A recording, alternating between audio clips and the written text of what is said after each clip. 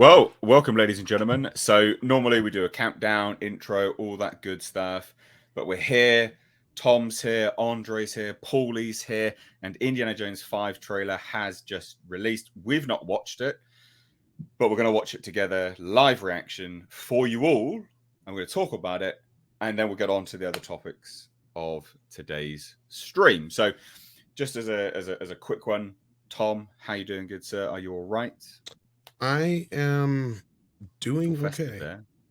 A little festive. I got a little tree here. I like it, yeah. Andre, how you doing, good sir? I'm doing good. I'm doing very well. So, yeah, looking forward to today's show. Excellent, excellent. And Paulie, my man. Yes. How you doing? Yes. Yes. If the dogs behave, then I'm good. Dog. Honestly, that bloody dog. But I'm really happy with my shirt. Good. So we'd normally like wait a little bit, get people in here and stuff. So I think we will be. Well, I think we're about ready, really, aren't we, to start? Shall we just do it? Shall we watch this trailer? What's the title of the trailer? Indiana Jones. Well, the title is Indiana Jones and the Dial of Destiny. Ominous. What does that mean?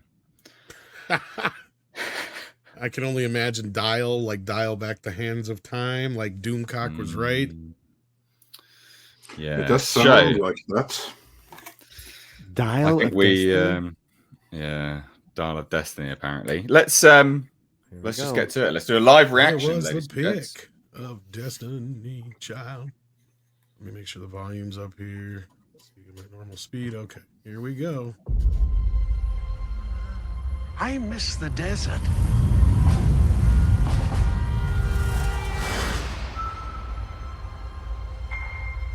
I miss the sea.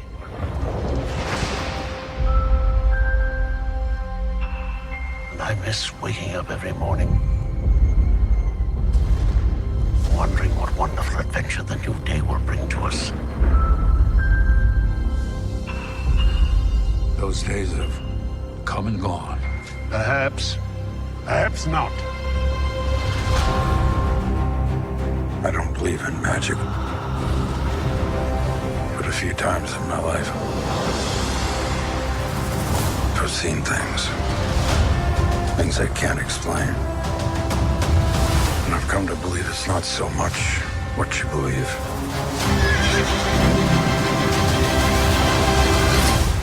It's how hard you believe it.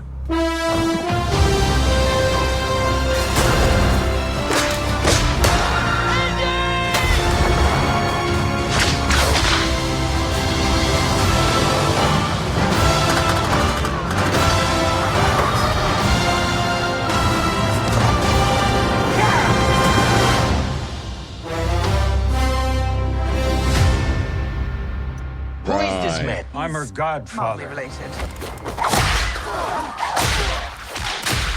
Get back!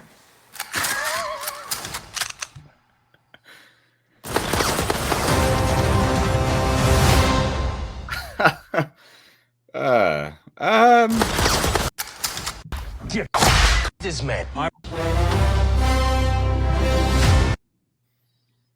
right, there, Tom. Sorry. I was just giving you something to have on screen here. Yeah, no. Can you? The first thing which caught my attention was what looked like an airplane. Can you wind it backwards? Sure. It looked like the cockpit of an airplane. Did you pick up on that? I don't know. It's kind of like when it started to get going a little bit more. I mean, overall thoughts. Anyone want to chime in on their thoughts for this? Andre. Potential. You have like the dude from Raiders of the Lost Ark. I forgot his name right now. Harrison Ford looks good and everything like that. Had I not heard Doomcock's leaks, and I think that what we saw here fits very, very well with what he heard, which was further substantiated by the Daily Mail independently of him. But seeing how this trailer just confirms those reportings, my excitement is level 0. So I think it's just like a reminder of what could have been and how badly they're going to botch it. I didn't really like, so I'm just loading it up now myself. I didn't really like, there's a few things I didn't like. I didn't like the sort of member berries with a Fleabag, a Phoebe Waller-Bridge, and Indy with that giant stone at the end. It's very, seems a bit hodgepodgey. And he's talking about, I don't believe in magic. And it's like, mate, the things you've seen, come on. What do you mean you don't believe in magic? You've literally seen the Holy Grail. Like, what? I find stuff like that always a bit of a shocker. Like, come on now. Is that in keeping with it all? I like his, at 44 seconds in, that de-aging is great. Ah, there you go. There's that cockpit. Yeah. That's very time travel-y, isn't it? That de-aging is solid. That's great. Not de-aging. That's from Is it not? That's from the actually just from it, is it? Or is it from the third film? I was just thinking. From the third film. But the shot I just had on was some de-aging, though. Okay, I'm just thinking about this shot. The first half of the trailer was mildly interested in. No, to the him and Homeboy talking. I kind of like that. To 108, 109, 108, 109, and that is like a vortex, like they're time traveling, like the fandangled airplane. There we go. Like if you just do there's some kind of flux of some kind there. Yeah. So I've just gone backwards and forwards with comma and period, so you can go back frame by frame. And do you see what I mean? Like it's this sort of interesting.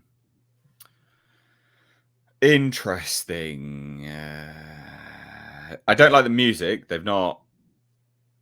Music isn't getting me as excited as it should be. It should be much more rousing, get you really going.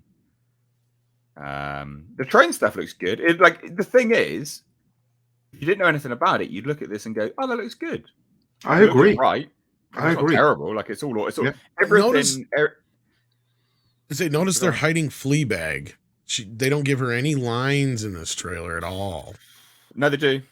There is a line where they go, "Who is she?" Like, and they go, she says, "We're not related." That's all she said. Yeah. I have the perfect term for that, given what we have heard about the movie from both Doomcock and the Daily Mail. So we have at least 2 independent sources.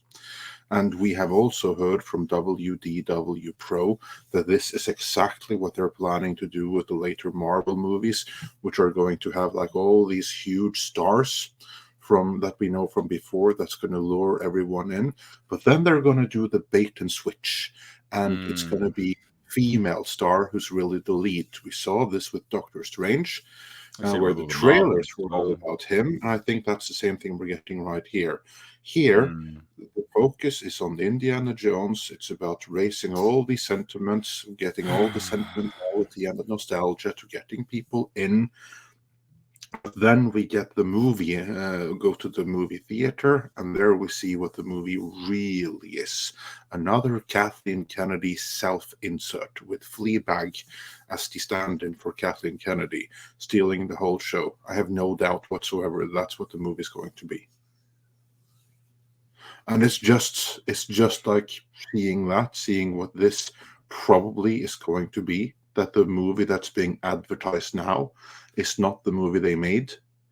And that just dampens everything. I agree that the trailer, if this trailer was indicative of the final movie, that would be cause for excitement. But I don't think it is. I think this is Disney's bait and switch strategy that we're seeing out in this trailer.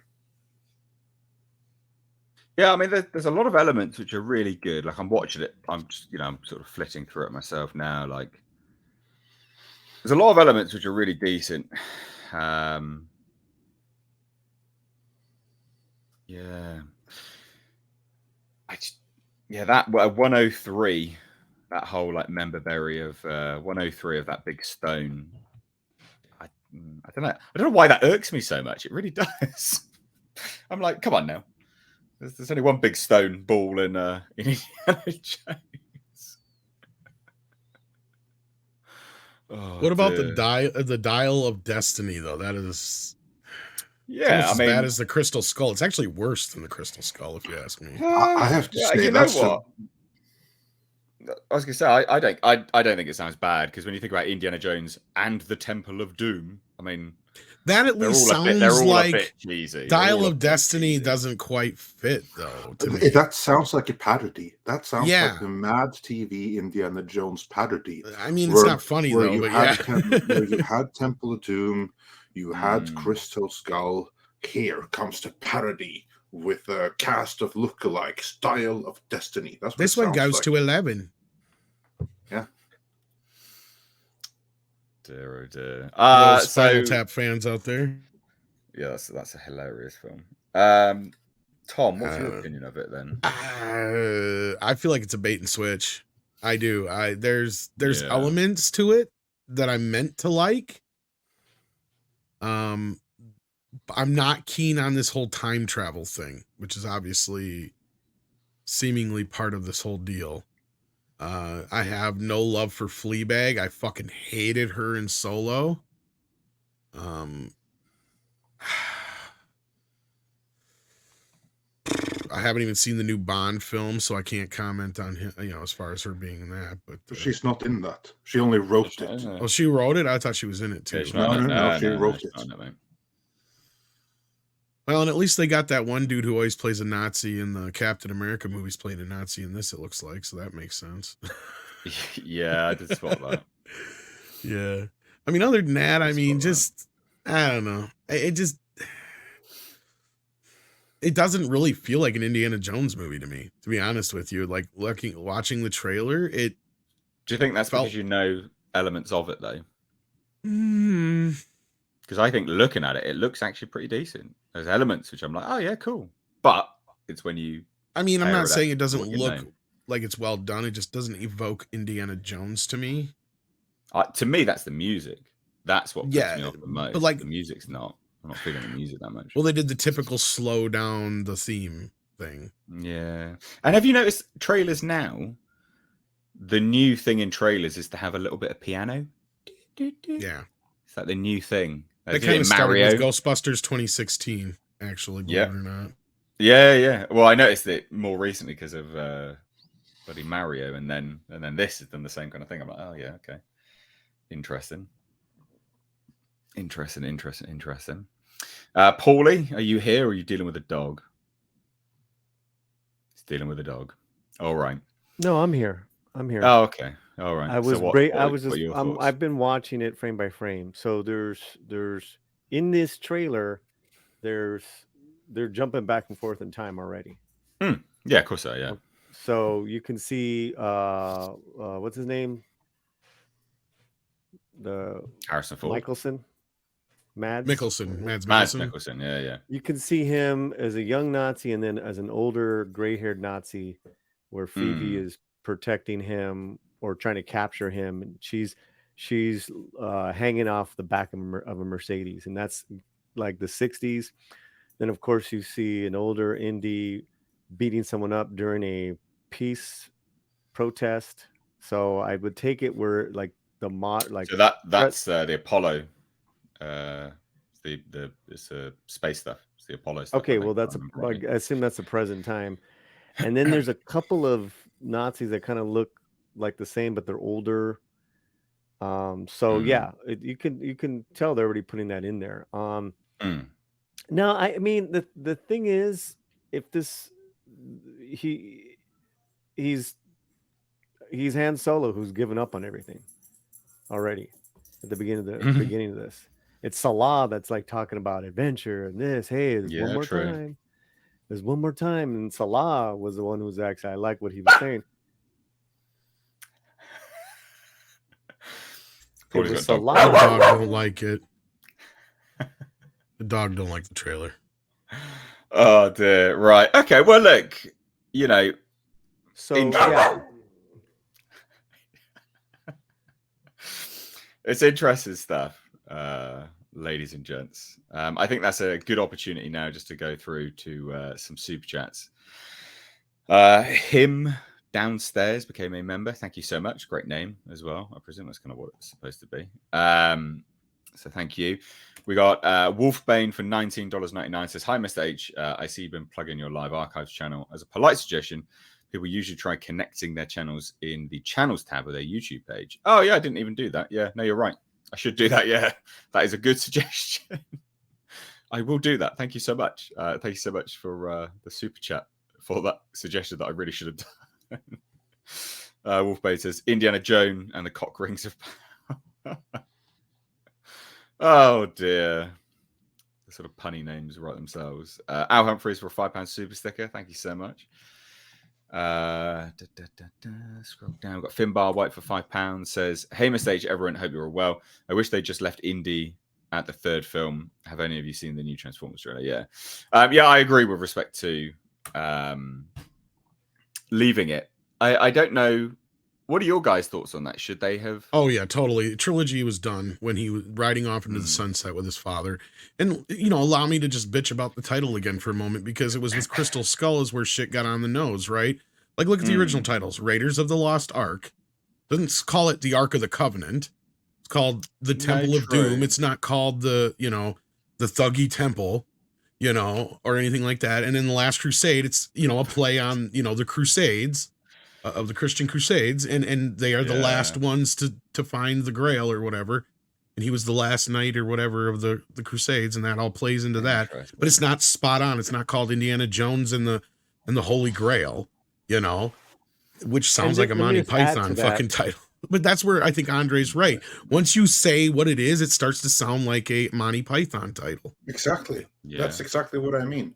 Yeah. It sounds like a parody. I was thinking more along the lines of Mad TV or Saturday Night Live or some kind of parody like that. But Monty Python, yeah, like you are firmly in parody territory when you just have that title, because there's no subtlety, there's no subtext. Tom, as you pointed out, there's subtlety and there's subtext and there's multiple meanings in the previous titles. There's some level of mystery to them. Here we know exactly what it is. It's nothing from mythology or anything like that. They just pulled some BS Nazi time travel shenanigans BS out of their butts, quite literally. Exactly. All the other things is something from history. Now, in the case of Crystal Skulls, it may have been scam history, but still, you have some kind of like documentation. It's something that goes back. Here, again, this is Kathleen Kennedy production, and that's very obvious. And on that note, that's what I had a problem with the Crystal Skulls and the interdimensional or aliens or whatever the hell you want to call them. And now here too was adding time travel to the mix. The first three films were the gimmick was Indiana Jones as an archaeologist is an atheist. He doesn't believe in any religion, but yet he keeps running into a religious artifact that actually turns out to be real. Once you add aliens to the mix and time travel, that kind of messes with religion a little bit on certain levels. And it just, to me, it kind of, because that's kind of the whole point of the first three films, is a guy who doesn't believe in God basically experiences everything and anything that you could to basically finally, by the end of the films trilogy, believe in some sort of higher power, at least. I mean, especially after the Holy Grail, for F's sake, I mean, come on. But I mean, once you get to other stuff, I mean, you getting into time travel and all that business, to me, I'm just like, time travel only works if you're doing something like Back to the Future, when it's based, that's what the idea is. And only then, there's only a few time travel movies that I like. Time After Time, Back to the Future. That's about it that I can think of right offhand. Frequency. That's barely a time travel movie. And whenever they introduce time travel into anything outside of Star Trek, it's been a mess. At least in Star Trek, it was just to get a couple of whales. So, like, other than that, like, I don't like time travel being introduced like midway or way into a franchise. It Well, it really seems, messes with things. it just seems desperate. Marvel. I guess, isn't it?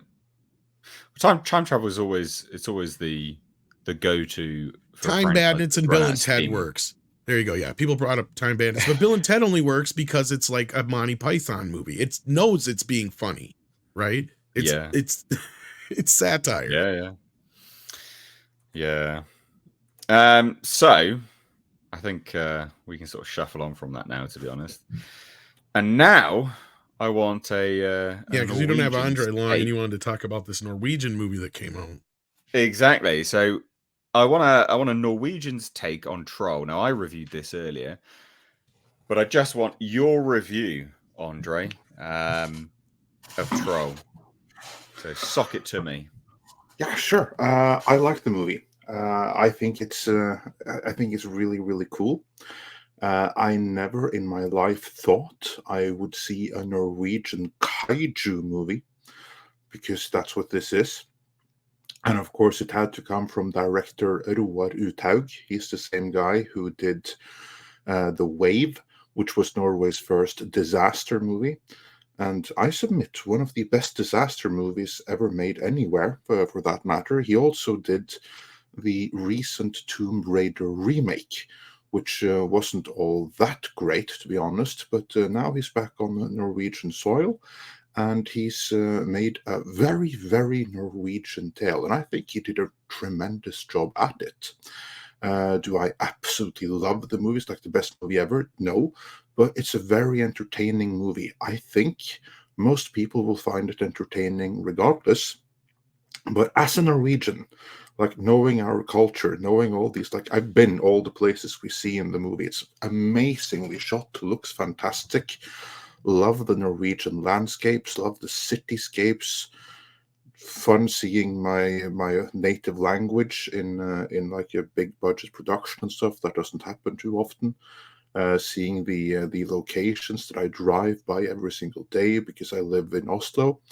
So yeah, all of that is pretty cool. But the best thing I thought is like the really cool thing that they did with the troll mythology, and they found a way to make a new story, but one that kind of works and that fits very well with the mythology as we have it, with history, with popular culture, with our fairy tales, which are referenced right here, with the artwork. The artwork you see in the movie, that's from Theodor Kittelsen.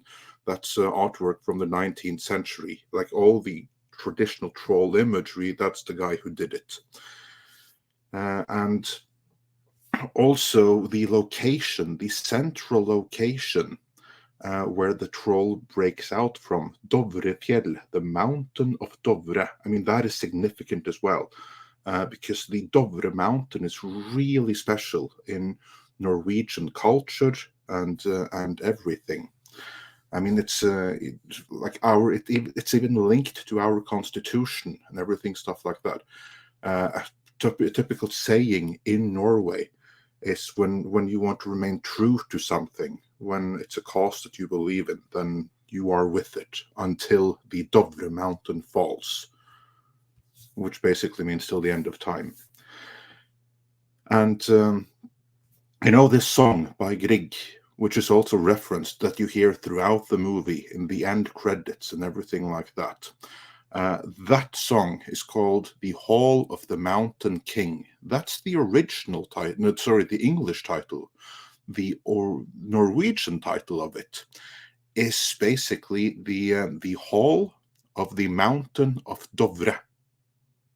So right there, you kind of have the setup for this movie. So the title of that song and the play that it was made from has obviously informed this whole movie. And that is what I think is so impressive here, because the story here, was made up by the director, but it fits seamlessly with the music that we have, with the fairy tales we have, with the imagery we have. It all just works brilliantly. So I was really impressed with how they did it. I'd be curious to hear what you thought about it, Nate, and also to answer any of your questions, because I think I submit that the movie is going to be entertaining to everyone, but there's going to be so many more layers to it, to a Norwegian that knows this stuff. So I'm happy to have a conversation and answer those questions. And Well, I can begin with every single location, including the Troll theme park, is real. That's a real place. I love being there, by the way. awesome. First, When you come to Norway, so I'm going to take you there.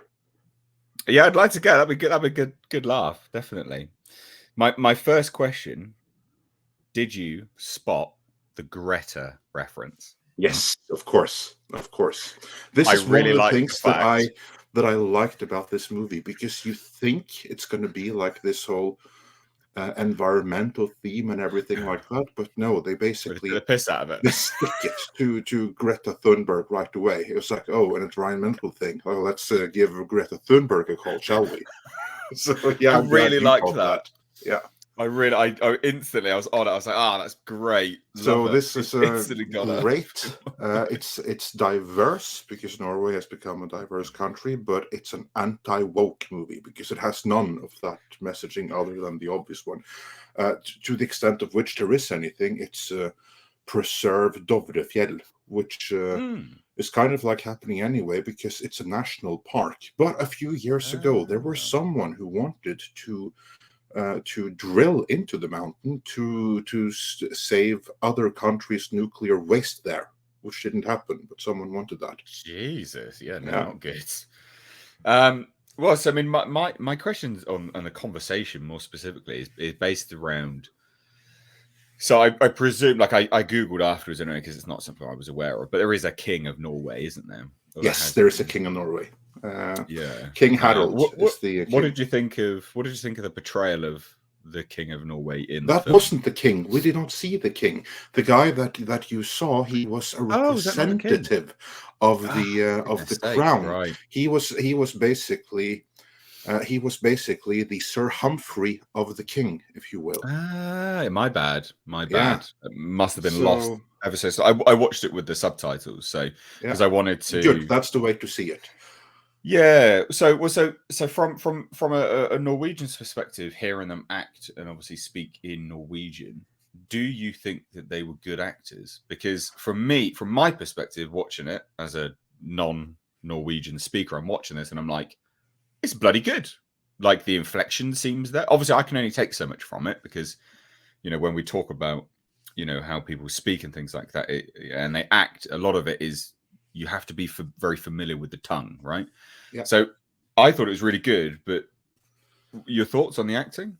Well, before that, I just want to say that we have like some interesting examples in Norway because we have a number of productions which are filmed first in Norwegian, and then they film an English language version of it as well. This was done with a movie back in the 90s, co-starring Gabriel Byrne, actually. I wish they would preserve that movie better, where they first made the Norwegian language version, and after they filmed the scene in Norwegian, they filmed the exact same scene again in English. So you basically have two versions of the movie, Norwegian and English. It's like the same thing with a number of TV series.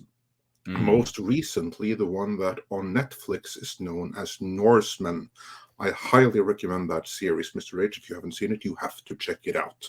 It's the same thing with that, because that's a series where they first filmed the Norwegian language version, and then they filmed an English language version. So, like, first they shoot each scene in Norwegian, then instead of doing yet another take, now it's like switch to English, so we do it in English. And what's funny with those things is that the Norwegian version is always superior, because then the actors don't have to struggle with the language or something, so the acting comes through better.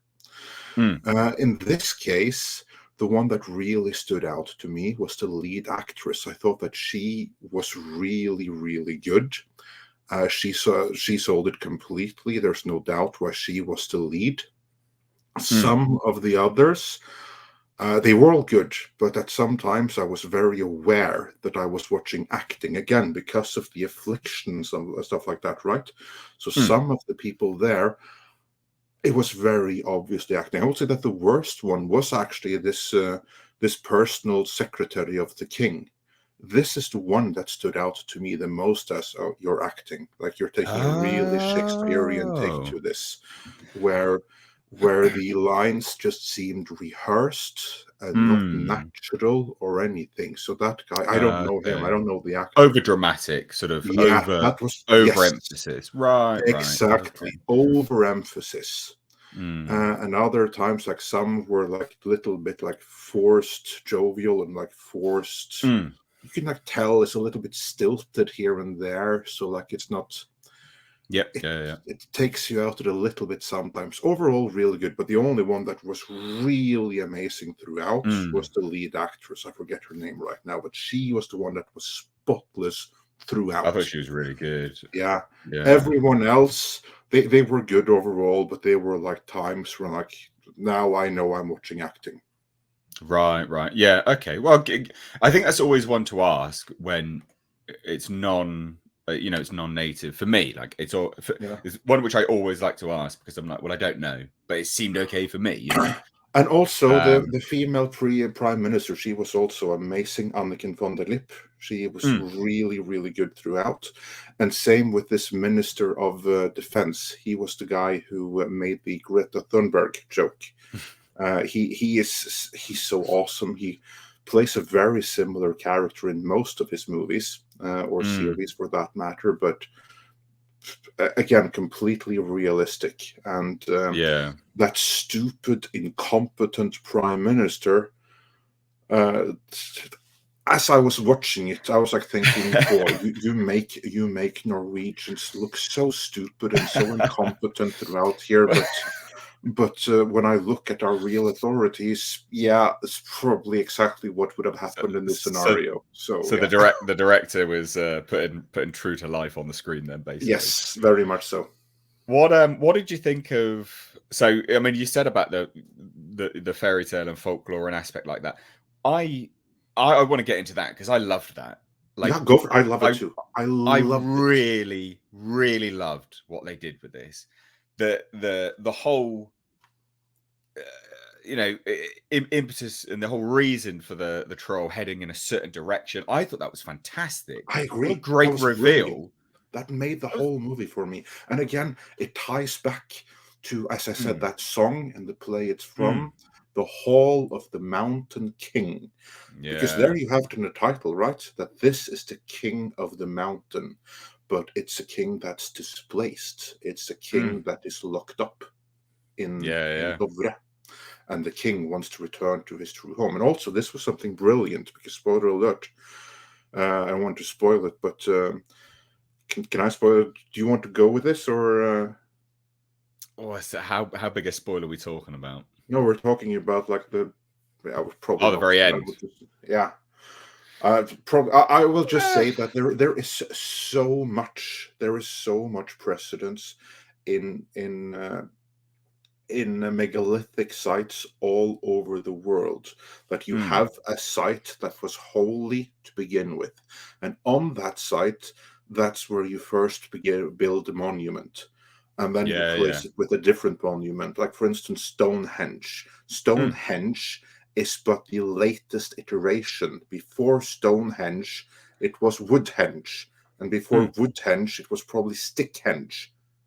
It was like a sacred location long before it became what it was. And I'm not going to go into more spoilers than that, but again, it only goes to show that they did some real research into folklore, mythology, sacred places, and everything like that to build up to that twist.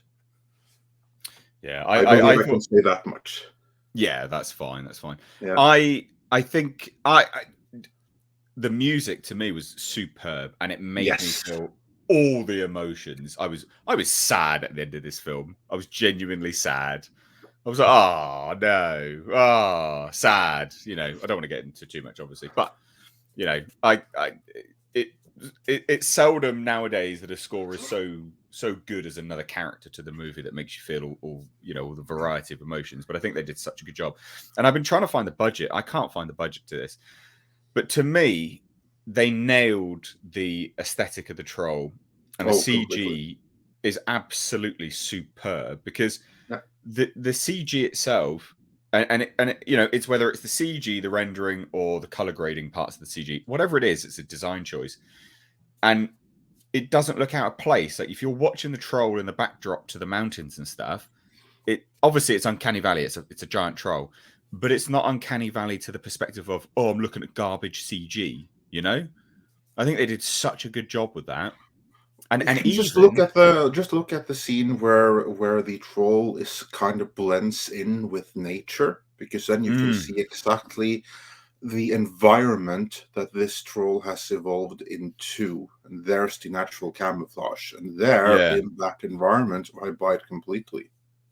Really like the fact that the troll this has is a tail this is as well. a Norwegian, very specifically Norwegian mythological creature from this landscape, from this area. Yeah. I really like the fact that it had a tail. I thought that was great. That was a nice touch. I really like. I don't know. I just had such a good time with this film. Like it's for a Netflix movie, they did. Oh, this has been handled way outside of Netflix, I reckon, and then it's been Netflix bought it. That's Actually, what I reckon. This is Netflix from the ground up, and there is some You're precedent for this. shitting me, but the Because pacing's great. Normally, Netflix movies are terrible on pacing because Netflix they have some kind of relation to Norwegian creators, because you know what the very first original Netflix series was, the very first they made. No, That was a Norwegian series, Lillehammer, again, which I also highly recommend.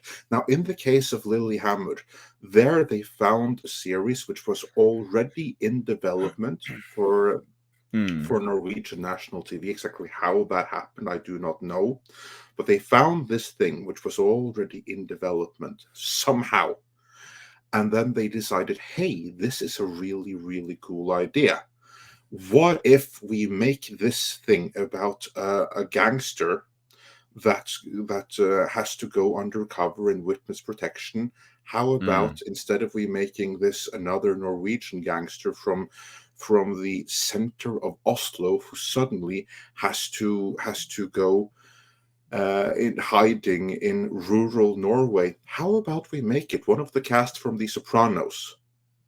And that's what they did. They got the Sopranos character. So, like, unofficially, it's a character from the Sopranos that goes into witness protection in Lillehammer, Norway. And that's the first Netflix original series. It's still on Netflix. Again, highly recommend that too. What did you think? So visual effects wise, right? What did you think? And I thought this was really well done. Again, and the visual effects in this were great. So the house that gets smashed through actually just built a house. Amazing. Normally, just be composited in as a CGI element. Just built a house in the middle of nowhere, I'm presuming. I mean, you're from Norway, right? You can tell me. Well, we have houses like that. We even have like a series on state channels that dedicated to houses in the middle of nowhere. But what I mean is, obviously, we have houses like this, and they do look like that. So, smashed up? Yeah, if I didn't know any better, I would think that they just went and bought the house from someone that were moving there anyway, and just ran over with demolishing equipment and filmed it. That would be my best guess. Easiest way to do it. I think it did so well with that. And then when the troll is coming through to Oslo, and there's all the rubble and stuff hitting the tarmac, that to me was so very well done. Just because when you're trying to do CGI damage on things, that can really look shit.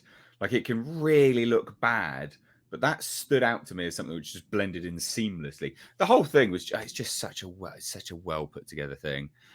And do you want another one? Basically, is my other question. Yeah, go for it. Absolutely. It is kind of set up that where there's one, there can be another.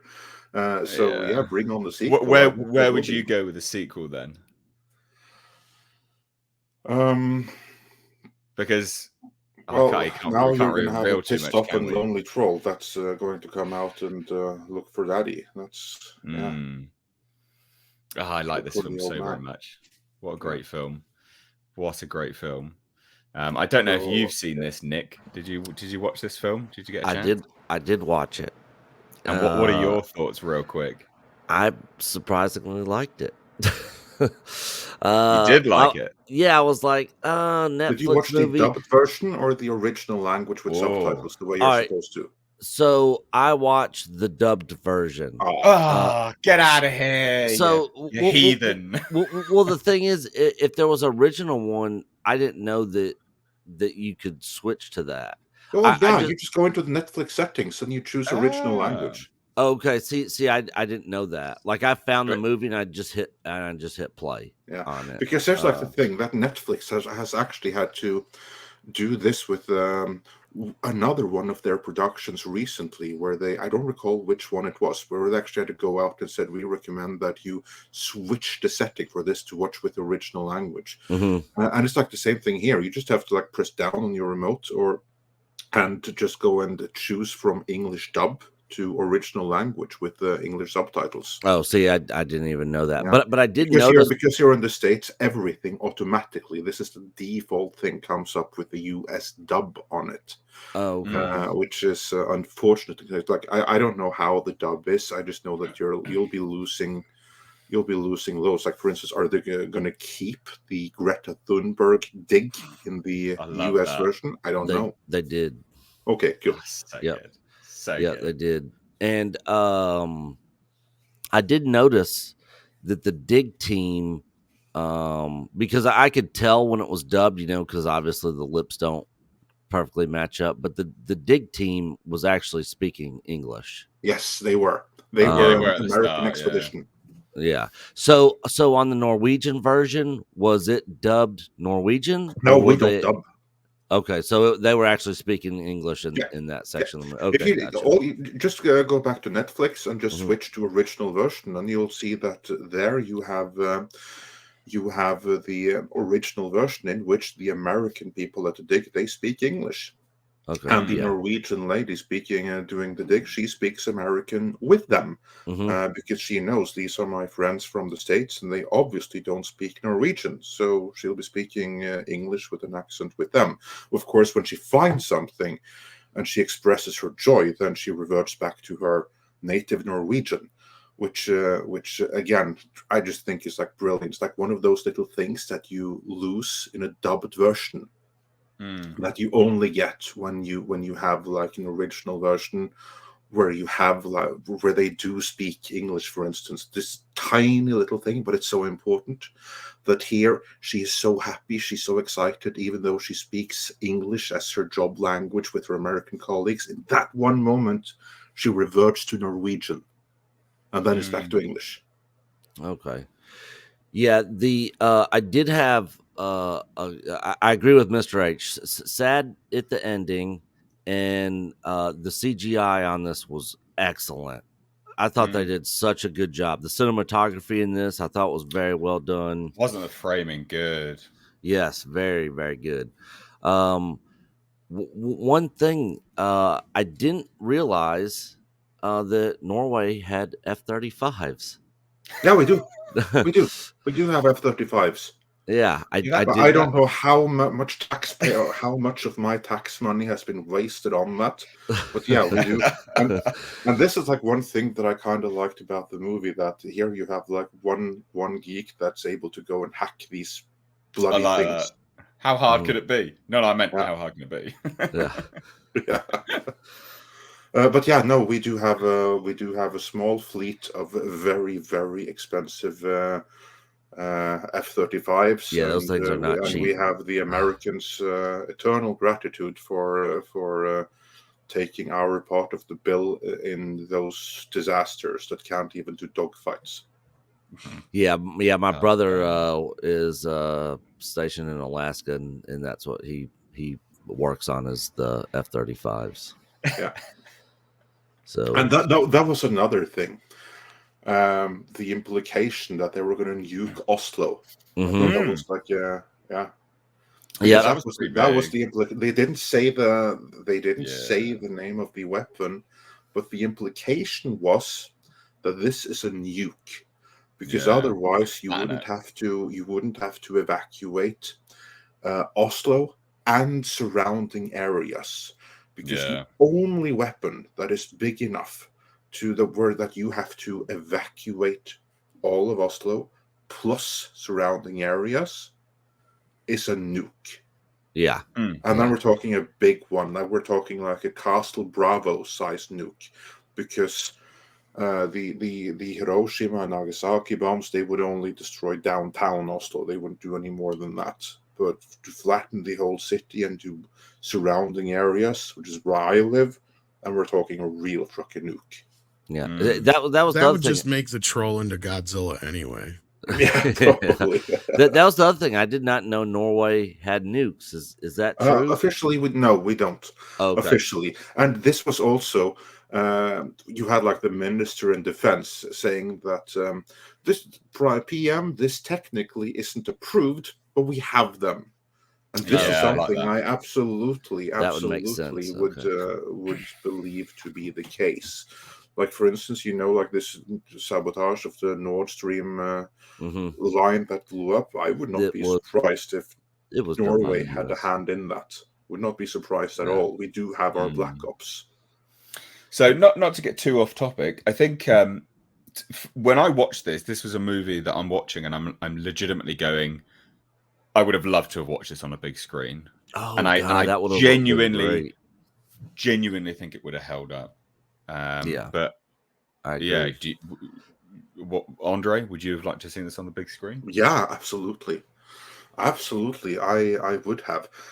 It's a bit of a shame, and that's how you know that this actually is a pure Netflix production, because it got I think that's where Netflix is even in Norway. They're shooting themselves in the foot a little bit, because a lot of people were saying the same thing about the Glass Onion situation, because they're like, oh, they're going to bring it back out after it's on Netflix. Well, I think at that point nobody's going to care. I wonder if it's going to be. I don't know if it'll be too much longer before Netflix will start deciding to, you know what, we're going to have to do some limited theatrical releases with some of these films, because they ain't got the income they used to either. And, things like The Irishman and a few other ones that they threw right on Netflix that could have done probably pretty well in theaters. I agree. This one, at the very least, should have had like a theatrical release in Norway, if nothing else, and a limited run in the US and the UK. I do think it's a waste that this goes straight to Netflix, because this would have looked amazing on the big screen with the visuals, with the sound. There was just like one song that I was missing in the movie, which again I would only know because I'm Norwegian. We have like a hymn, a sad song, which is associated with trolls, and that one, if it was in the movie, I didn't catch it. But that's one that should have been featured more prominently in that case. So yeah, but other than that, great music, great score, great sound design, great visually. A shame not to see this in theaters. Do you think it would have done well in Norway in theaters? Yeah, all of Roar Uthaug's previous, like these very Americanized movies have done, because the first one he did, again, which I highly recommend everyone see, Norway's first disaster movie, The Wave. And what happens there is that there you have, like, on the inside of a fjord, there's a tiny little village. This is a very real village, Geiranger. And then there's a rock slide further up in the fjord, and that creates a tsunami that washes away this whole little village. And then it's about the villagers dealing with this. It's one of the best disaster movies ever made, you ask me. It looks amazing, great special effects, specifically because they're not overblown, they're not overdone. There's no CGI shitfest. They are understated, and that makes them look realistic and achievable on the budget. But anyway, this was a huge hit in Norway. And then the follow-up to that, The Quake, features the same family that are now recovering from their ordeal. They have now relocated to Oslo, which is hit by an earthquake. That's Norway's second disaster movie. So that's also well worth watching. Also a big hit, and I think that this one would have been too. Like, for instance, Troll Hunter. This is the most compatible movie to this. I have to say, of the two, I honestly prefer Troll Hunter. So do I. Yeah, and that was a It's different huge hit tone. here. Yeah, a very different tone. And that has like one of the best performances ever in the Otto Jespersen, who's a comedian over here, actually. And he's the guy who plays the Troll Hunter himself. And like his performance, and that's a world-class performance right there. Yeah. It's the iconic. The movie is completely believable because of him. Yeah, no, he sells it. He does sell it. Yeah. So I'm aware you need to go. I have a few more minutes. But, let's just get to some super chats first. Then, I actually had another question for Andre. Yeah, go for it. On the movie. Real quick though, I did like the callbacks to King Kong, Jurassic Park. I'm sure you guys probably noticed some of those in the movie as well. But the theme park in there, do you know what? Have you been? Is that an actual theme park? And have you been? It's a real thing. Yeah. Okay. Amazing. It's real. All right. I was just curious. Coming to Norway. It's not it's in I forget the name of the place. Like around Telemark, thereabouts. It's actually really, really cool. It's not so cool if you're a teenager. You want action. You want fast roller coasters. It's not that. Okay. But for like an experience and deep dive into Norwegian culture, which is something that is great when you're kids and you appreciate again as adults, this place is amazing. So I highly recommend it for that. And yes, it's a very real place. Okay. And you have like this iconic statue of the troll, this friendly troll that's sitting there. That's a part of it. I'll see if I can find it here. Just 1 second, and then I'll leave you to discuss other matters here. I'm just going to send you the link to the place in the private chat so you can bring it up on screen. But yeah, this is a very, very real thing.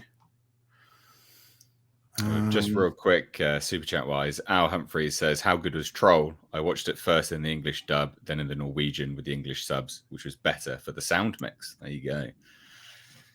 Mexican Iron Man says, "I saw The Wave as per Andre's recommendation, so I can't wait to see this movie from this director." Yeah, strong recommendation from everyone that's seen it. It seems pretty universal. Fergal Kelly says, "Don't know if you spoke about the Indy 5 trailer." So just for those dropping in now, we actually covered that right at the start of the stream. So if you go back, we did a live reaction and discussion. Everyone, I know there's been some people dropping in talking about that, but we've already covered that and discussed it really. Have you found it yet, Andre? Yeah, I'm just trying to find like a good picture and get it in a decent resolution here, because their webpage wasn't all that. You don't really get like that. Yeah, but give me 1 second, I'll send you the webpage anyway. But yeah, it's a very, very real location, and it is pretty cool. What's this? So Larry Quartwitz for $4.99 says, "Hello, Mr. H and panel. Speaking of Norwegian films, are you guys fans of Headhunters?" I've not heard. Oh, yeah. I've heard of that, but I've not seen it. I don't think. What is that? Oh, Headhunters. I'm a big fan of Headhunters, because you have Headhunter. This is the one that we have both seen. And then you have Headhunters. Headhunters is a great movie. It's based on a book by Jon Nesbø. It's a crime action thriller. It features the Danish guy from Game of Thrones as well. The guy who loses his hand, he's prominently featured here. So it's an action thriller with elements of comedy. Great movie. Highly recommend everyone check it out. Headhunters.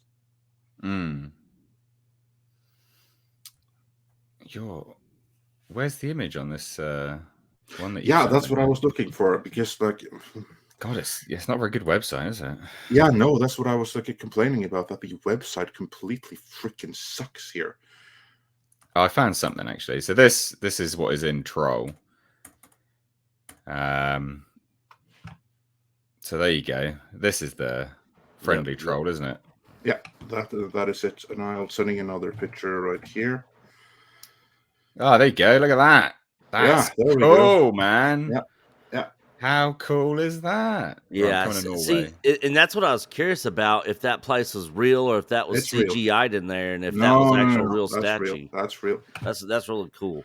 And How you have like cool is Viking that? ship roller coasters and everything like that here. I'll 1 second. I'll see if this one. Yeah, Here man. we go. Here we go. Of course, you guys got real trolls. We don't get nothing cool here. Yeah, sending Yeah, another one. we got Ah. Mickey right now Mouse. with some cool stuff. Yeah, man. Look at that. I'm all That's about pretty that. awesome. Yeah, I'm all about that. That's rad. So, And yeah, if you absolutely. check the one I just sent below, there you have one of the things you can find there. What? Yeah, it looks like Northern California a little bit, that picture. That looks super cool, man. So, when I come to visit Andre, get a day trip out here, yeah? Cool. No, you can take a day trip. Oh, that's epic. I really like the look of that. That's cool. Yeah. That's rad, man. That's super rad. Love it. Absolutely love it. On that note, you need to disappear, don't you, Andre, my dude? Actually, I think he might want to stick around for a second. We got another trailer that just dropped. Oh, goodness me. What's dropped now? Oh, really? He's going to be excited for this one, because I am. It's not sarcasm. What's no, dropped? I'm being fucking serious. Huh. What? Oh my god. Oh, We were wow. gone for quite a while. But no matter what happens next, the galaxy still needs its guardians. Hello, we come in peace.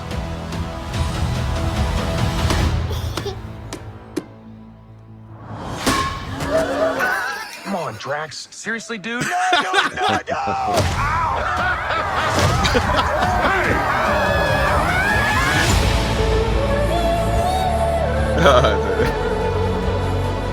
Don't forget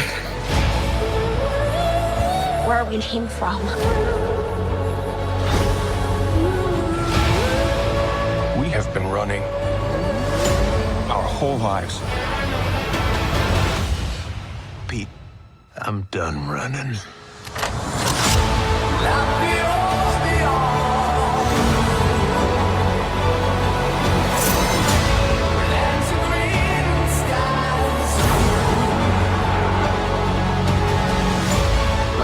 We'll all fly away together. One last time. Into the forever and beautiful sky.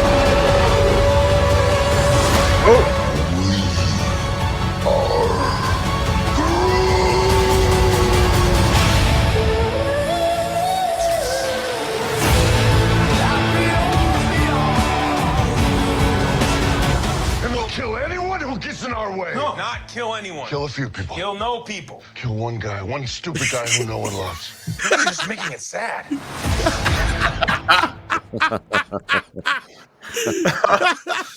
Yeah. With So the Adam Warlock. disaster, it was Adam Warlock. Yeah, with it was. With the Just gotta disaster find of it. Marvel right now, I'm actually looking forward sorry. to seeing this. I didn't mean to play it so loudly. Yeah. Yeah, Well, that's him. you just have to remember, this ain't Marvel today. This is James Gunn. And yeah. I no longer believe in Marvel, but I Can you believe go in back, James Tom? Gunn. Yeah, I was No, trying. I was going the wrong direction. Sorry. I want to see. So whether he's got the gem, we don't have the gem, will he? So what's he got on his face? Because I really like him as an actor. I think he's a good actor. What's that then? Stand in for the gem, like the thing that the gem is going to get attached to something. What actor is this? That's Will Poulter. Will playing, Poulter, yeah. what's Playing his Adam face? Warlock. Adam Warlock, yeah. Oh, looks It's cool. pretty cool, actually. Well, I mean, as the Yeah. trailer goes, it's really entertaining. Looks great. What was the deal with? What's the story here? I can't tell what the story is. He's tired of Anyone? running. So, yeah. To begin with, it looked like they were going back to Earth. Yeah. but that could be, and maybe he will in the end, because you know what I always thought was missing in the Guardians of the Galaxy movies?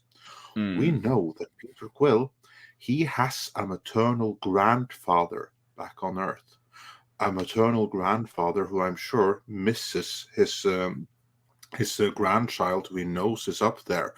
And apparently for the first Guardians of the Galaxy, or the second one even, we were meant to have like a glimpse of the grandfather looking longingly towards the stars. So I would be hoping that we would get that in this movie, since we're probably not going to get any more Guardians of the Galaxy, because would Marvel do that without James Gunn? They probably could, but would any of the cast return without James Gunn? I mean, Dave Bautista definitely wouldn't. He's made it abundantly clear when Marvel fired James Gunn to begin with that he wasn't reprising that role without James Gunn directing him. Yeah, it's true. I think that's true for many of the others as well. The panda guy. This is Is this like in a multiverse or something? Yeah, the furry land. I don't think so. I think it's just another planet. Like, I don't think it's in the multiverse, is it? I think it's, I think it's just another planet. Oh. But there's no reference to Kang in this, is there? So this is its kind of. I thought that one guy was Kang, but it's not. It's the high who it is, and evolutionary. that is the tip. Oh, I know where we're going with this. It's the high evolutionary. Yeah. The guy that we saw, I forget the actor's name. He was also in Peacemaker. And he's exactly. He was amazing in Peacemaker. I have no doubt he's going to be amazing here. He plays the high evolutionary, and the high evolutionary in the comics, he could like run people's evolution back and forth and stuff like that. Him making some kind of Dr. Moreau's planet. Well, there's like an. I wonder if he's also the one who's responsible for Groot, because they kind of, or not Groot, Rocket, because they kind of insinuate there's something there to that. And but there's like this here, like I think they're going, like he's flashing back to the operation that because they kept taking him apart and putting him back together. Remember? Yeah. And it kind of looks like Rocket's gonna die. Well, there's also like an otter. Raccoon, an otter rocket. Yeah, to take his place. Exactly, yeah. Because they hug and stuff. Yeah. Who's the person in white? Can you go to where they're jumping out of? They're falling in free fall. There's someone all dressed in white. They're all in free fall. Yeah, the colors of that were really good because that looked like a Jack Kirby. Stop there, and then frame it moving forwards. So keep framing forward. Yeah, keep going forward. We'll find it. But they were in free fall, and I was like, "What's that outfit?" Because it reminded me of like the Collector. Yeah, who's this? Yeah. So apparently the Avengers Evolutionary War comic. It's no one, is it? It's no one special. There's loads of them in white there. Yeah, the entire population of Earth, they were trying to forcibly mutate with an evolution bomb that I guess turns them into like part animal and part human. That's stupid. Yeah. Yeah, I don't like that. That's dumb. So I don't know if they're going that route with this from the comics. Well, this looks like Rocket in captivity, not Baby Rocket. Him in the past. Yeah, no, it's Baby Rocket. Like, look at his snout and everything. It's like shorter. Yeah. Well, they're talking about where they came from and stuff. So it's interesting. Yeah. I mean, all in all, this is the highlight of Marvel at this point in time. They're not making anything. Absolutely. Yeah, it's just fucking trash at the moment. So. And when they no longer have James Gunn, what the hell do they have? They have a bunch of properties, but they have no talent that can do anything with those properties. Well, they got no clear direction. That's what it is, isn't it? As you say, with talent, they don't have any clear direction. With James Gunn, at least you have clear direction, and also people that actually care about VFX, which has been Marvel's downfall for ages. But in Guardians of the Galaxy, it's always looked good. So like the VFX on Rocket is leagues and bounds above what Marvel is putting out now for VFX wise. Like, it's all trash now. It's all been garbage for ages. Yeah. I wonder if the high evolutionary is he going to be creating Adam? I guess Adam Warlock in No, this. no. Adam was created by like those No, I know. golden sparkly battery people. Who was No, that? The I'm just tree?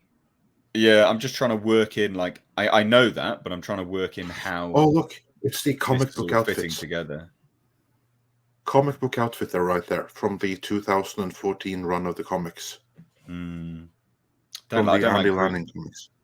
Don't like Groot's new look. Yeah, and James Gunn recently was saying, I don't know where the interview was from, but he was talking about how they were able to buy Nowhere because they made a bunch of money.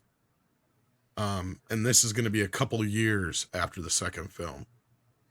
So Is this before or after the Christmas special? I think it's after the Christmas special. I think that was the whole point, was the Christmas special was kind of to get us from point A to B.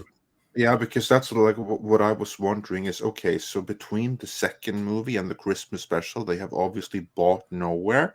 Yes. And then I was curious, are we going to learn about that in the movie? Because the Marvel movies and the various MCU installments, not all of them happen chronologically when they are released.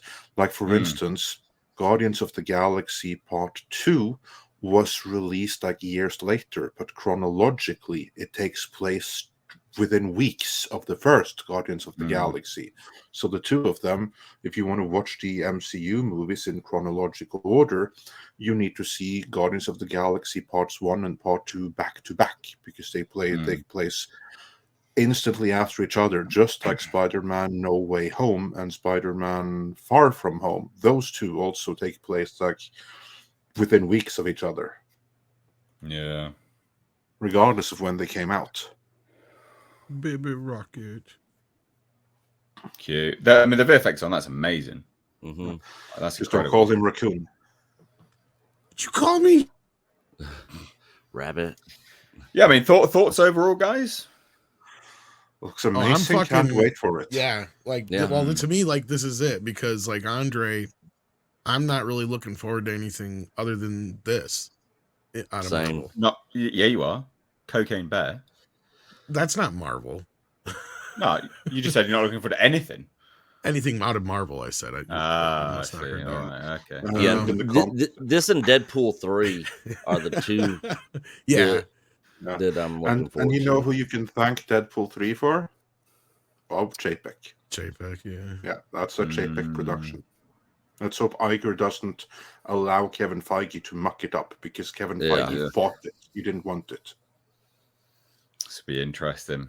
I think it looks good. I mean, this is like the last good thing that Marvel's got coming out, I think, by the sound. Yeah, because I'm not so sure Spider-Man has much more they can do after that either. Who knows? But and I want to be excited for the Punisher, but when you look at who's running the thing right now, Warzone is probably going to be the highlight of of everything. There was some rumor going around that Spider-Man 4 was getting rushed, but now I'm not so sure they can, because Zendaya is fucking pregnant from what the rumors are going around. So I wonder if they're going to be able to pull that off. That's rumors going around. Is John Bernthal, isn't he coming back as the Punisher? That was also the rumor, but it has not yet been confirmed. What we heard about it is that Bernthal said that he needed some kind of assurances that it was going to be treated right before he signed on, because good for him. It has to appeal to police and it has to appeal to military. And if it's somewhat faithful to the character, that's good. But the most important thing is those two. Will Marvel be able to do something like that this day and age, this atmosphere, with those politics running the place? I don't know. I know that the kind of movie that I would have wanted to see, like my dream Punisher project, is to see Garth Ennis' The Slavers adapted on screen, because that's one of the best stories ever to come out of the whole Marvel universe ever. But could modern day Marvel tell that story? I very much doubt it. No, God, no. Come on. Absolutely not. Absolutely not. This will be interesting. This will be interesting to watch this unfold. And then Why are we from getting there, so many trailers dropping today? Movies are coming out. I still haven't even seen the Indiana Jones one. I actually just got home. That's why I was late. But yeah, I haven't even seen the Indiana Jones one. Yeah, the Indiana Jones one is all right. Like, if you remove it from knowing anything about the film, if that makes sense. Yeah. On face value, like, it looks fine, but then you're like, oh yeah, oh maybe, probably not. Yeah. And that's just interesting. Andre, I don't want to keep you any longer. Do you need to disappear, my dude? Yeah, I do need to drop out here, but yeah, thanks for having me. And I'm glad you enjoyed Troll. Nick, I'd be very interested to hear what you think about it if you were to rewatch it. Original language. Yeah, I'll go back and rewatch it tonight with the original language. Yeah, and then if you're ever curious, then you'll know what I sound like when I don't speak English. Yeah, I'll definitely go back and watch it tonight because I think I got a pretty slow night ahead of me. I don't have a whole lot going on, so yeah, I'll rewatch it and go see how to switch that back to original language. Okay. And other recommendations are Troll Hunter from 2009. That's an amazing movie. Yeah. Also, really definitely watch that one in Norwegian. Troll Hunter. And Headhunters, which is the one Larry Kortowitz is referencing here, saying, "Hell yeah, Andre stars Jamie Lannister, LOL." Yeah. That would be Headhunters, which is another Norwegian movie. And it's a really tight, really cool action thriller. Another amazing movie that I really recommend. 2011. Yeah, that's the one. Okay, I got it. There are not many good Norwegian movies, but the ones that are, they're not just good; they're really good. Well, the reason why these, to answer your question, Andre, I kind of knew or had a feeling or whatever you want to call it that they were going to attach Indiana Jones trailer to Avatar. That comes out in 2 weeks. So that means it's going to start opening up in bigger cities here in the next week or so. That means I'll have the premiere here in the next week. So yeah, that's probably why these 2 trailers drop now. Well, probably that makes sense. Because there ain't shit coming out for movies until then. There's the Whitney Houston movie coming out in Violent Night, but other than that, like they're re-releasing that Father Stu movie I told you guys about a while back, but they're doing a PG-13 cut. And Puss in Boots otherwise, yeah. So why even bother? Weird. The Father Stu movie I liked, and I'm like, it did pretty well, but I don't know why you would need a PG-13 cut, but whatever. Just trying to take as much cash as possible by the sounds of it. Well, they didn't really give it. Sony didn't really get behind it the first time they released it last year, so that might be why, because it did make money despite them not doing any advertising for it. So it was the Mark Wahlberg one, where it's pretty decent though, but he becomes a priest is what it's about, but it's not all preachy like you would think it would be. Yeah, it's based on a true story, but yeah. Anyway, that's all that's coming out this month. So yeah. My dude, thanks for joining. Thanks for giving a Norwegian's opinion on Troll. And for anyone that wants to see Andre in his natural habitat, not Norway, can head on over to Midnight's Edge. Just linked to the description box. And the ones that do want to see me in my natural or see the natural habitat I usually fare, I've been to every single one of the locations that we see in this movie, and I live in the city torn up towards the end there. So yeah, and I can also confirm that is 100% what everything looks like, even down to the signs in the background, which is obviously deliberate. Like they literally just went and filmed there. So yeah. Yeah, when he was coming into Oslo there, and they were still like using like rocket launchers and bullets, I was like, guys, you already tried this. You know, it's not gonna work. You know? Well, I have to do something. Yeah. While they wait for the nuke to come in. Which would be a good time to Christmas at Ground Zero. But anyway, so yeah, thanks for having me, and see you all around. Take care, buddy. See you, Andre. Good one, mate. Bye. Right, so I So are think we done talking about Troll? I just don't know if you guys Paul- haven't talked about it enough, Paulie. mate. Paulie. Yeah, Paulie, Did you watch it, Paulie? I'm right here. I didn't fucking watch it. That's why I was Oh. sending it out. Oh. Watch it, Paulie. Watch it, man. Watch the film. I got 800 dogs going nuts here. I got Andre in my ear talking about this language, and I don't know what. Troll. Now, did you not see the Guardians of the Galaxy trailer? We watched that too in the meantime. Yeah, I was trying to give my opinion, but I kept getting railroaded about. Oh, what did you think? Well, it's not our fault. You got the dog trying to give his opinion on it. Yeah, Paulie. you got some bitches there, I see.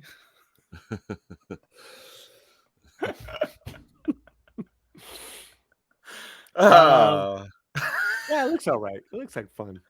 Oh, fucking great input, Paulie. You got railroaded for that, did It's you? like 10, 15 minutes later. And then all right, well, what did you think? I think we should talk about the next subject. How about that? All right, next subject. Right, perfectly segue off. Zane Mayasi says, has Cameron gone woke? What's next? Navi or non-binary? So this does actually take us perfectly onto our next segment, which is, it's in the title is, it's title of the trailer is the really strange comments that like James Cameron's been making recently. And part of that is that testosterone is a poison and it needs to be worked out of the system.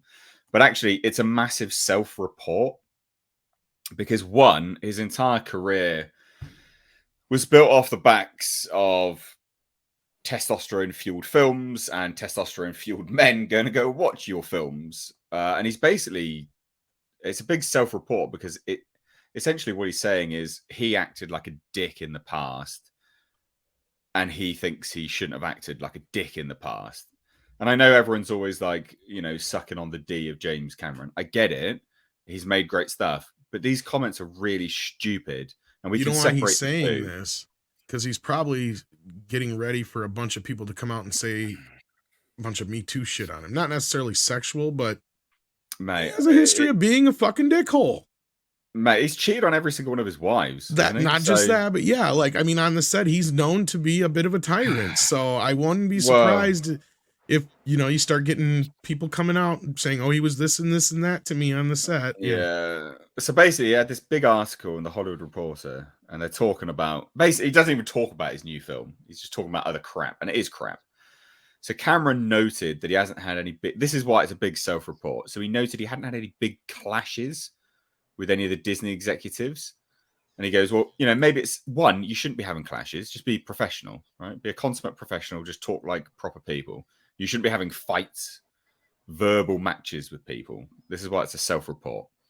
So he goes, maybe it's still a honeymoon phase. I don't know. We'll see. If the movie doesn't make money, then maybe the honeymoon's over. He keeps talking about this money. Because the fucker cost almost $500 million. But he just keeps talking about it. And it goes to show how insecure he is about it and about how the potential is it won't make money. He really does keep referencing it. But anyway, the director would then contrast his current situation with Disney and the executives and not clashing with them with his previous interactions with 20th Century Fox executives and how now he would claim that he would not do that given his age. And he says, a lot of things I did earlier, I wouldn't do career-wise and just risks that you take as a wild, testosterone poisoned young man. Oh, so geez. we'll move on to the next bit in a second. So you're telling me, James, you wouldn't do the things that gave you a career now. Is that what you're saying? No, you fucking dumbass. Don't, come on. What are you doing? What are you saying? What are you actually saying? And then most all guys do stuff that they probably regret when they're, young. Say that again. like his comment, career wise, and just risk that you take as a wild testosterone poisoned young man.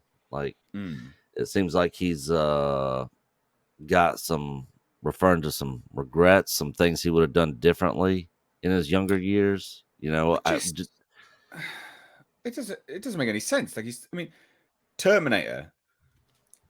It's the most quintessentially masculine man in the film. You know what made the film? Arnold Schwarzenegger. I mean, what are you saying? You wouldn't make that? You wouldn't make Aliens? What? Come on. Aliens was badass. Yeah, and then yeah, go.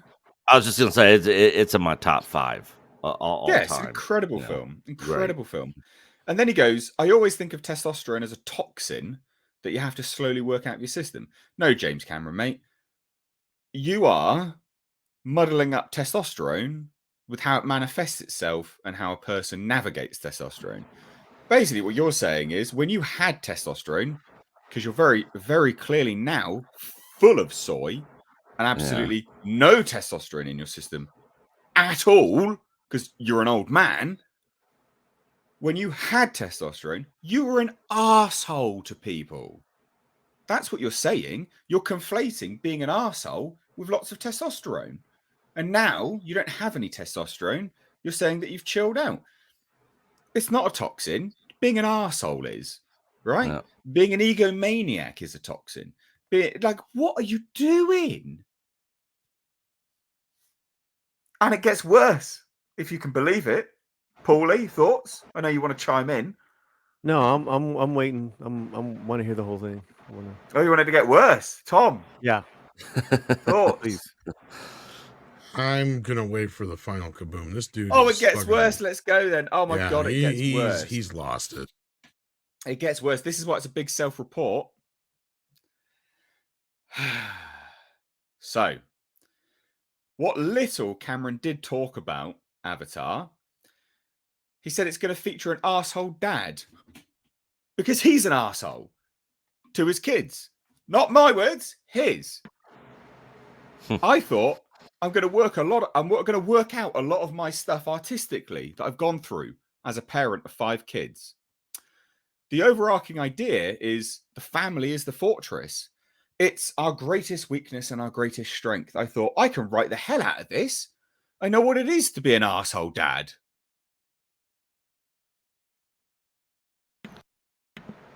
Wow. Admission.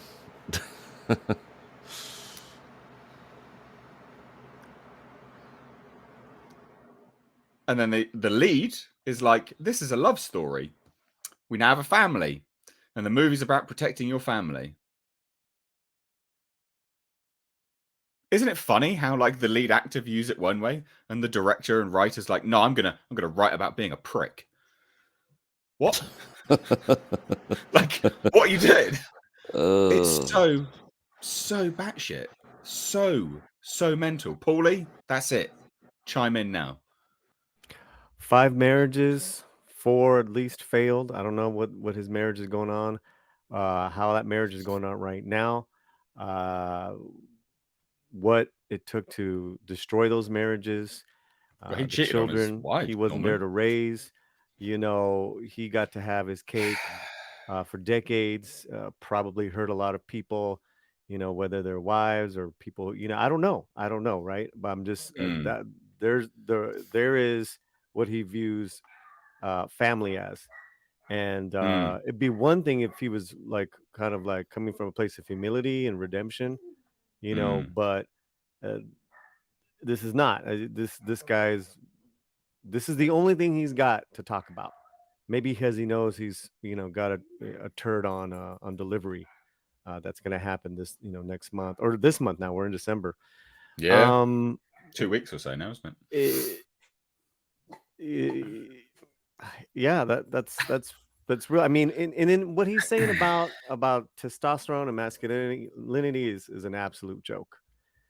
And you know, and it's very pervasive right now. You hear a lot of men talking about in Hollywood talking about you know, masculinity in the world. They're, you know, they're even apologizing for some of their past roles that were too macho. God. You know, It is you're seeing it. Just listen to the interviews. You know, and I'm not going to see this movie now. I just as an FYI for anyone that cares, like a man needs testosterone. An abundance of testosterone is incredibly healthy for a man. Lower testosterone is incredibly unhealthy for a man. It will increase exponentially your risk of heart attack. Right? It'll fuck up your sleep pattern. It messes up your bone density. It literally turns you into a crumbling weakling and prone to an awful lot of health ailments. It's not a poison. It's very good for you. And anything you can do as a man to increase your testosterone, do it. Eat all the animal fats, train hard, work out. It's very good for you. James Cameron is a little bitch and he doesn't know what he's talking about. With respect to this, he is. Filmmaking, sure he's fantastic, right? He's made fantastic things. This, he's being a soy-based bitch. I agree. Just ridiculous. Absolutely ridiculous. I would. Yeah, I'm just waiting for one of his kids to come out and be like, "Yep, he was a complete asshole dad."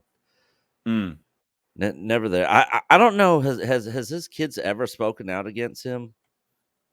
I don't know. Don't think so. I've never heard anything, but I can believe it happening now. Yeah, comments like this, like, yeah, it's just so dumb. Like, what is he like? Constant comments about the film's budget as well, right?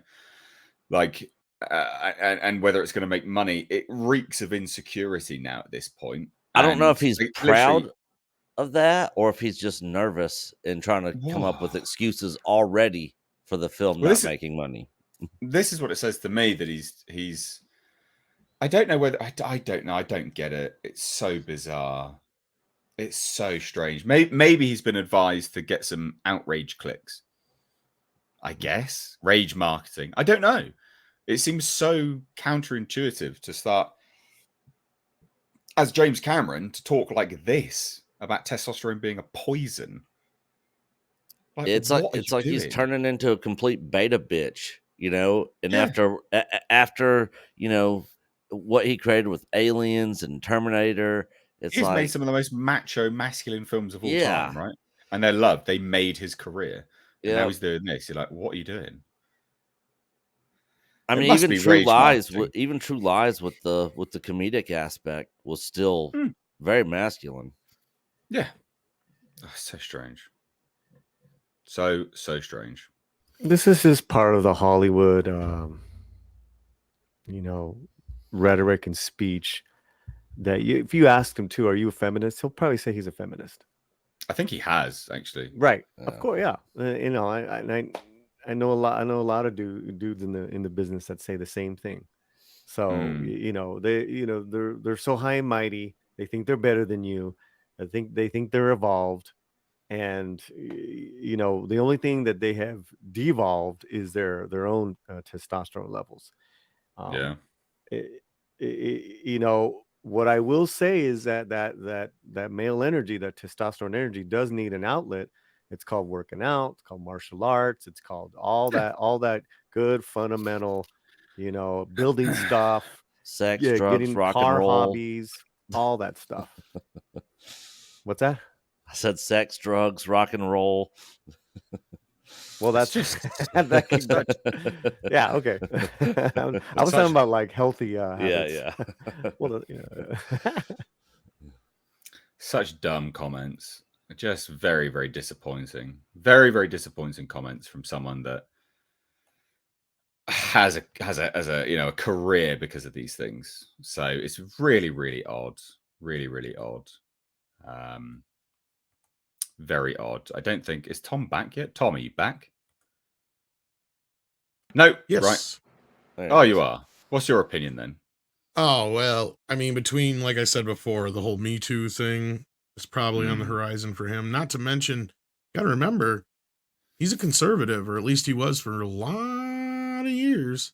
Yeah. So I'm sure he's trying to cushion himself right now. He's been out of the limelight, especially during the most chaotic period. I mean, if he'd been making movies all this time, I don't think he'd be talking this way, but I'm sure somebody had a nice one-on-one with him and made him realize that this may not be the sure thing that he is used to.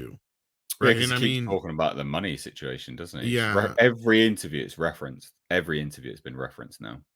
yeah, and the amount of money spent on this movie, clearly it's the most expensive movie of all time.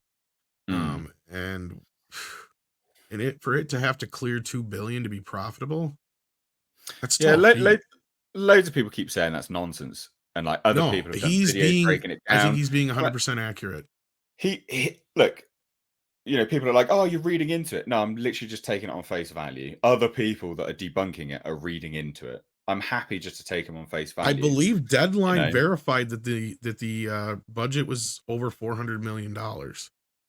If I'm Did not they? mistaken, Oh, I didn't know I believe that. it. I believe they did, and if that's the case, that Yeah, right there, if you add on advertising, is yeah, why they have to make $2 billion. yeah. No, you're right. and You and are you right. and a lot of times people don't even consider, James Cameron's probably getting a nice back end on this too, right? So when you have these bigger actors and directors and certain people involved, when they Yeah. say we have to make X amount, yeah, it's because they get first dollar gross usually on stuff. They don't have to wait for their money. If you're Well, smart. yeah. I mean, and also the interest from financiers will be going up now. Like it's been quite a while since all that There's deal always was that done. kind of stuff too. And that was another thing I guess he had said in, I don't remember which interview it was, but he had alluded to, like, with the amount of time that it's been taken to get to this movie, there's a lot of financiers involved and stuff like that. And those people need to be paid off too. So Yeah, yeah. Right. Well, let's get us some super chats, and then we'll move on to our next story, which is very funny, a breath of fresh air. T Neil 89 says, AKA dislikes puns. It says, "Come see the Andre. He's scary." Oh dear. Andre's a good lad. I've met him actually in person. We went out for pizza and some drinks here in the UK as he was going off through to, where was he going? Spain, I think. I want to say Spain. I can't remember. But yeah, good dude. Nice chap in person. Pilgrim Media for $2 says, "Mr. H, I pray this film Avatar completely fails." I mean, look, I don't care if it fails or not. I'm not rooting for it to fail. For me personally, though, if you're saying stuff like this, does it deserve to turn people off, or should it turn people off? Yeah, I mean, I can understand why. Let's put it that way. Mrs. N for $5 says, James Cameron, also the guy who critically slammed Wonder Woman. His recent comments are ironic, like, what does this guy want from the world? Yeah, no, he did, didn't he, actually? He did slam Wonder Woman. I'd forgotten about that. I think we lost Nick. Where's Nick gone?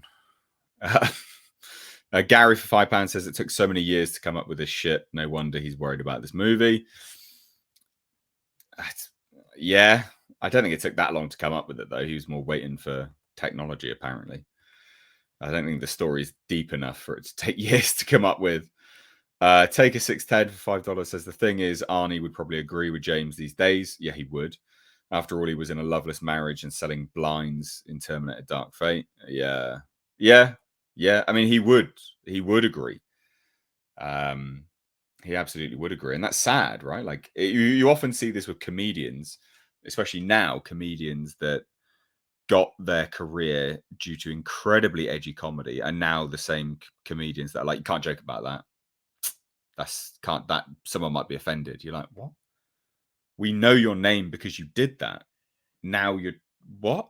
What are you doing? Same concept with respect to what's his bloody name? The guy who played Peter Dinklage.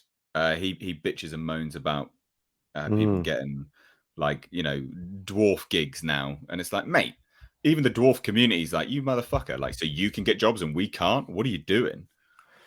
Yeah, I just did a piece yesterday on this Narcos actor who's in the Babylon, and apparently he's like really good in it. It's a big role. I don't know. I haven't seen it, but Yeah. he completely shits on Narcos Mexico, and yet he grew up watching Goodfellas for over 40 times. Jeez. And then he's like, "This is not about my country. Mexico is more than." I'm like, "Well, did you say that about The Godfather? Did you say that about Yeah. Goodfellas? I mean, what is your point here, man? You know, What this are is you trying to get? entertainment. You know, Yeah. Narcos is not factually accurate. It's It's not a highly documentary, entertaining. mate. I mean, I think they get a little fame, and then they're The thing about it, everyone wants representation, but they only want positive representation. They don't want the truth of what can be negative about their representation, right? So when you're talking about like Mexicans, there is a cartel and there is a big drug trade and people trafficking trade. That's a fact, right? So you can't be like, well, I want Mexican representation, but I only want it to be positive. I mean, you can do that, but you come across ignorant and dumb. Right. And then one of my points was that these gangster films, Sopranos, Goodfellas, Godfather, they all vaulted the careers of all these amazing actors who've gone on to do other things, just like Diego Luna and Tenoch Huerta are doing. But they were discovered doing Narcos. You know, what is your problem, dude? And he's like, I don't know if I'll ever shoot another man on film again. I'm like, get out of here. You're make believing, man. You're an actor. Go drink a soy latte. Good God. Like, what's wrong and then you're with like, people? you're shitting on that production. I mean, these people, casted you. They believed in you. And then who's gonna want to work with you in the future? Why? Yeah, I mean, not only that, like, interesting point, isn't it? Like, we talk about James Cameron saying testosterone's a disease and a poison. I mean, it seems at this point, estrogen is a disease and a poison for fucking men. Like, oh, I don't want to shoot someone on screen ever again. I don't want to make believe shoot someone. Oh God, fucking cry me a river, you bitch. Just absolutely unbelievable. These people are insane. Like, it messes your mind up. It really does. Yep. Anyway, Larry Kwartowitz for $4.99 says basically instead of taking personal responsibility for his actions and behavior, he'd rather insult all men with low testosterone and blame hormones. Clown world. Yeah, exactly. Yeah, good assessment. T Neil 89 $20 says, for fuck's sake, it's called foreshadowing because it's meant to be subtle like a shadow, not obnoxiously blatant like an elephant driving a dump truck into an orchestra of 50 tuba players. Guess the poison took his writing ability. Yeah. Like you're talking about his writing, just going, I'll just write about myself and blah blah blah. Yeah, no, terrible, awful. Fear Sundown says what Cameron did to Mary E.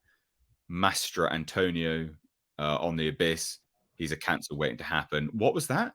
He I don't know. With no film in the camera for revenge. Oh, he had Ed Harris slapper with no film in the camera. Ooh, that's sinister. I mean, that's quite nasty, isn't it? Really, that's not on. So, not cool. Not cool. Tom, any final words? Not that you're going to die or anything, but any final? No, I hope not. As far as Cameron goes, I mean, of course, we're all kind of just waiting and seeing, and the time is really kind of getting there. I think within the next week or so, we're gonna have a kind of a good idea of where this movie's gonna land. Well, we talked. So we spoke about that last time, didn't we? About China and stuff. Yeah. That would have really impacted. I think. But as far as him doing this whole soy business and all that stuff, yeah, I think he's realized that he is a fossil, and he's not with it anymore. I'm sure he's, like he said, he's surprised he didn't get much pushback at all with this movie, and I think he realizes that if it doesn't work out, that's not going to last. And I mean, sure, he's earned the ability to do what he's done for this film and the next one, I guess, but I still think they're going to perform like he wants them to, and he should have done more in between. I mean, yes, I know he's produced a couple things here and there, like Paulie will point out with Alita and whatnot, but he hasn't done much else. So, I mean, it's all in his court now. Yeah, no, you're right. I just got a message from Nick. His internet bitched out, so he's just trying to reset his router now. So Nick will be back with us. Just whilst we're here, guys, we've got like nearly 500 odd people watching. Can we, if you could, I'd really appreciate just hitting that thumbs up button. I had major issue, and also just to quickly address it as well. Major issues with like YouTube at the moment not sending out notifications and stuff. So interacting with a video can help that quite a lot. turn the bell notifications on, all that stuff. That'd be great. As well, in the description box, you'll find a link to Miss H Reviews live archives. You know, loads of people keep talking about Indiana Jones. We covered that. So, you know, the live archives channel will have clips as well as the whole stream.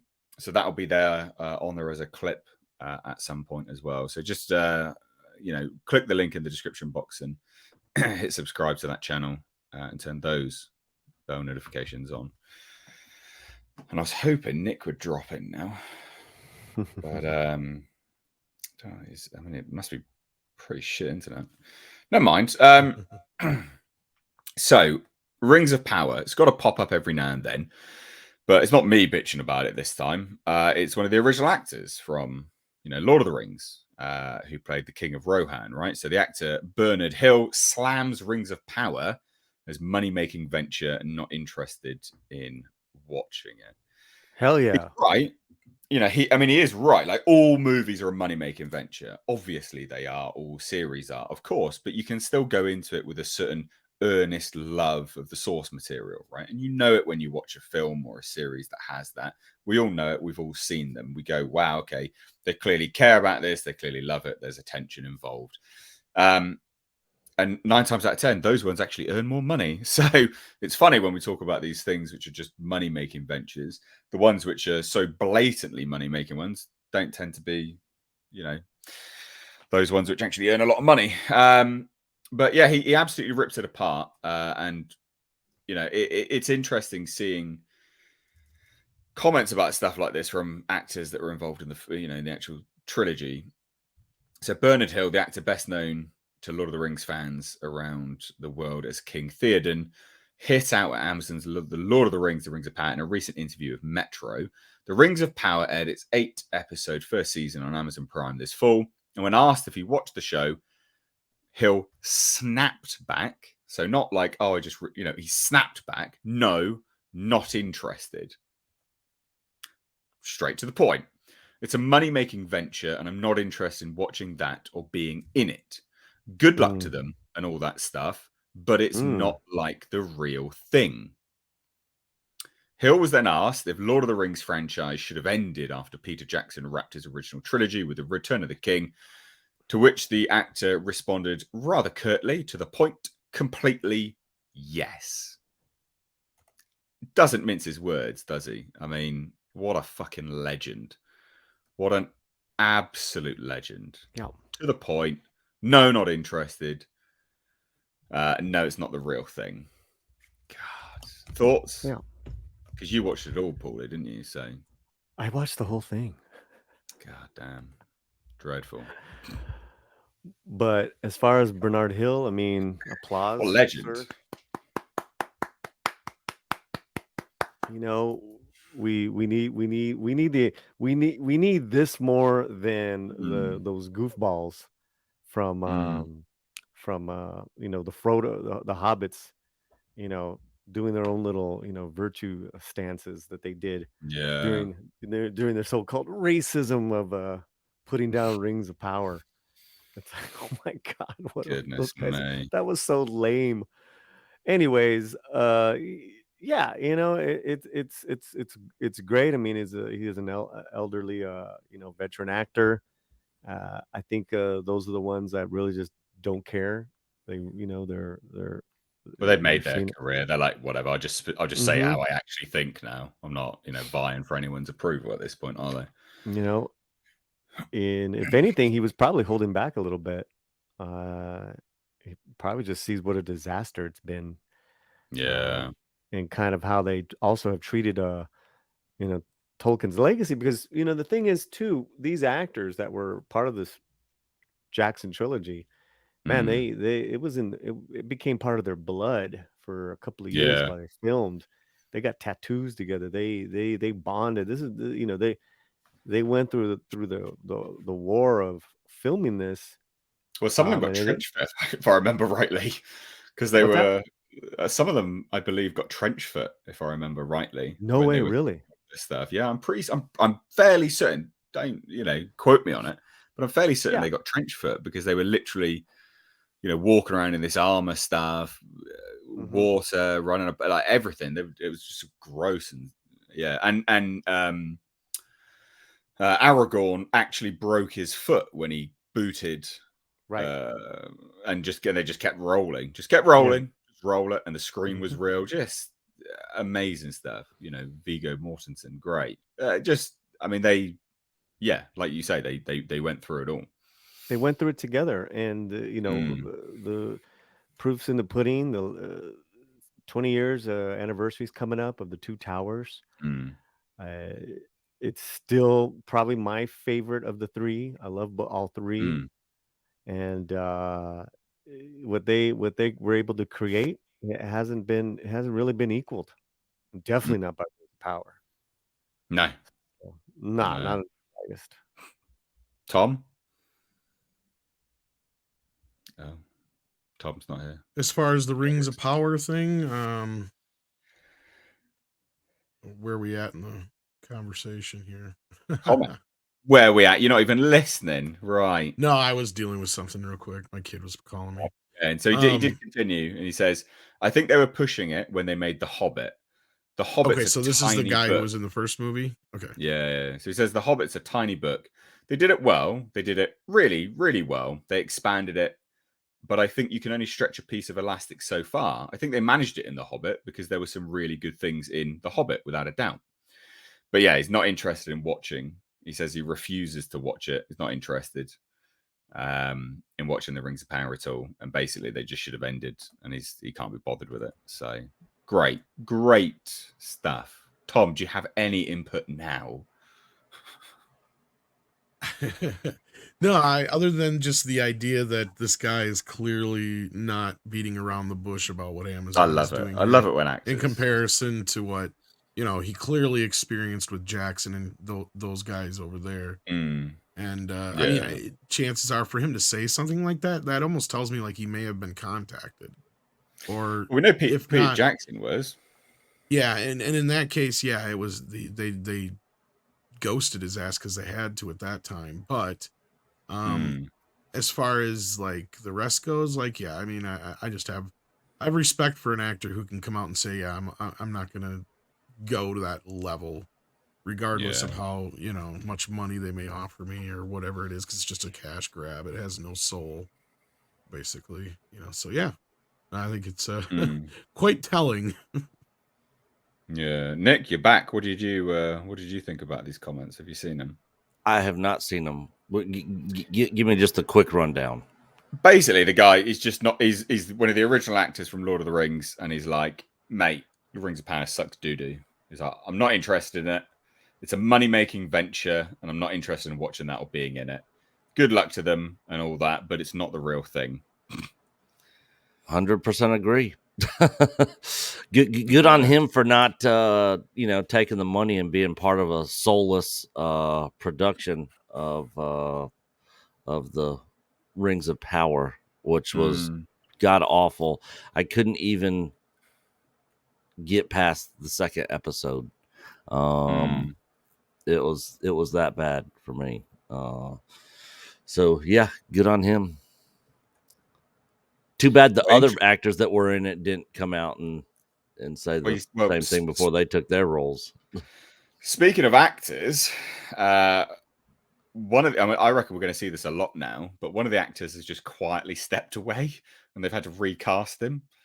So Adar, who played like the king of the orcs, basically the all-father of the orcs, who was really actually one of the only good things about Rings of Power. Very interesting, good acting. The performance was great. Elevated the scenes that he was in. Has just been recast without any actual explanation. just recast him. Don't worry about it, mate. Oh, sorry, who's that? No, don't worry about it. It's not happening over there. No, shush. It's not going on. What's that? No, it's the same guy. Of course, no. Ridiculous. I reckon we're going to see this a lot more now. A lot more. So Joseph Maul. So Joseph. Have they Maul already started is season 2 of this show? No, they started. They've started shooting it now in in the UK, so they moved it from New Zealand to the UK. Jeez. Yeah, well, we're going to see a lot. Mate, there'll be so many more people that just leave. I bet you anything. Yeah. So Sam Hazeldine will be taking over the role. Yeah, I think this is going to be the beginning of a trend, possibly. Yeah, it's going to be a mass exodus. The Rings of Power exodus. It's going to be great. Can't wait for it. So, yeah, fun times. It's almost like they just admit that it's shit then at this point, don't they? They're just like, yeah, you know what? Actually, I'm gone. See you later. Bye-bye. No, not interested in working on this lump of doo-doo. The disconnect from these studios is just it's staggering, isn't mind-boggling it? to me. I mean, Rings of Power, Star Wars, The Witcher. Yeah, it's like, what are you guys doing over there? Yeah, it's so bizarre. Like the staggering lack of self-awareness that these people have. You're given gold, and you could make great stuff. It just rakes in the money. Like people want to give you our money for good entertainment, and it's just like they're just squandering it. Well, look, mate, the Cocaine Bear trailer came out. Everyone loves it. Some people don't, admittedly, but most people love it, and they're just like, "This is just dumb fun." Everyone's all down for there it. was actually a trailer that's come out on that. I haven't even seen it. Trailer came out yesterday. It's brilliant. Okay, it looks. I'm gonna have to watch that. Funny. Oh, it looks so funny, man. Looks so funny. Let's get to some super chats before we move on to our last topic. So we've got Miss Zen for $5 says, I would watch a show with the Riders of Rohan. I hope they make that Lord of the Rings anime. So they are, yeah. Supposedly they are still making that. It's a Warner Brothers thing. The War for Rohirrim, I think. Gary for £5 says, in Moon Knight, a kid says, are you an Egyptian superhero? Like she's saying, now I can relate to someone. As a white kid, I didn't think like that when you played Blade. Yeah, true. I mean, yeah, you're right. I mean, but this is that sort of representation sort of thing through and through, is it? It's a sort of excuse that they go with, is that, well, you know, but I also think like some of it is that people have been drummed into believing that they can't, if they can't see someone that they look like, then they can't relate to it. I think that's something which has actually been drummed into people now. Like, when I grew up, it was never the thing, you know, like it was just, here you go. Do you like this? It wasn't, look, they look like you like this, you must like this, which is now how it feels. Yeah. And the thing is, like, I love watching, I watch a crap ton of different channels and videos on people watching old classic movies for the first time and like seeing their reaction, like when they go through Star Wars or Indiana Jones or Aliens or Predator, you know, any of the classic films like that. And never once did I see, in a lot of the channels are boyfriend, girlfriend, black couple, a lot of the channels, or a black guy that is reacting to it are most of the ones that I watch. And I never one time have I ever seen them watch any of those movies and be like, I don't feel represented in this movie. There was too many white people, you know. They're like, oh my God, that was so good. You know, even Lord of the Rings, like one of the channels I watched just started with The Fellowship.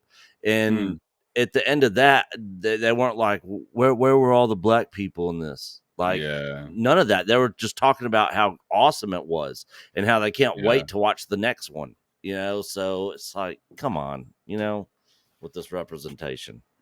I mean, it's just insane. I'm all for representation, but not when it's forced just to check a box, just to appease somebody, and it's just forced in there.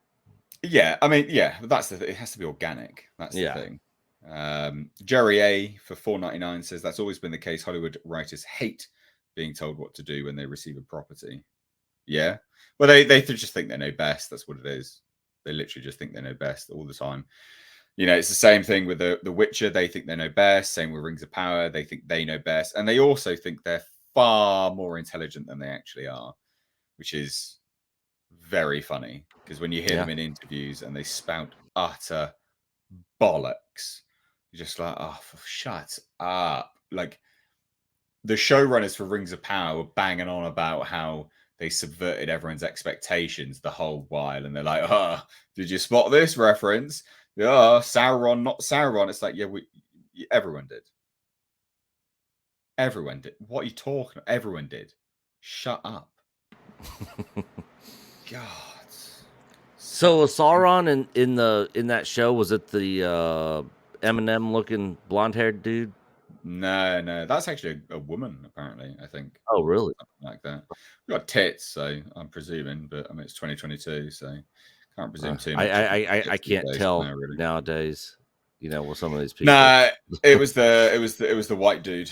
So that, you know, it was the white dude, Halbrand. He was the one. So final topic for today's show is Willow. The audience ratings are in the toilet. Now, I'm not interested in Willow at all. So I'm not going to be talking about this from a perspective of someone that has watched this show, movie. I don't even know what it is.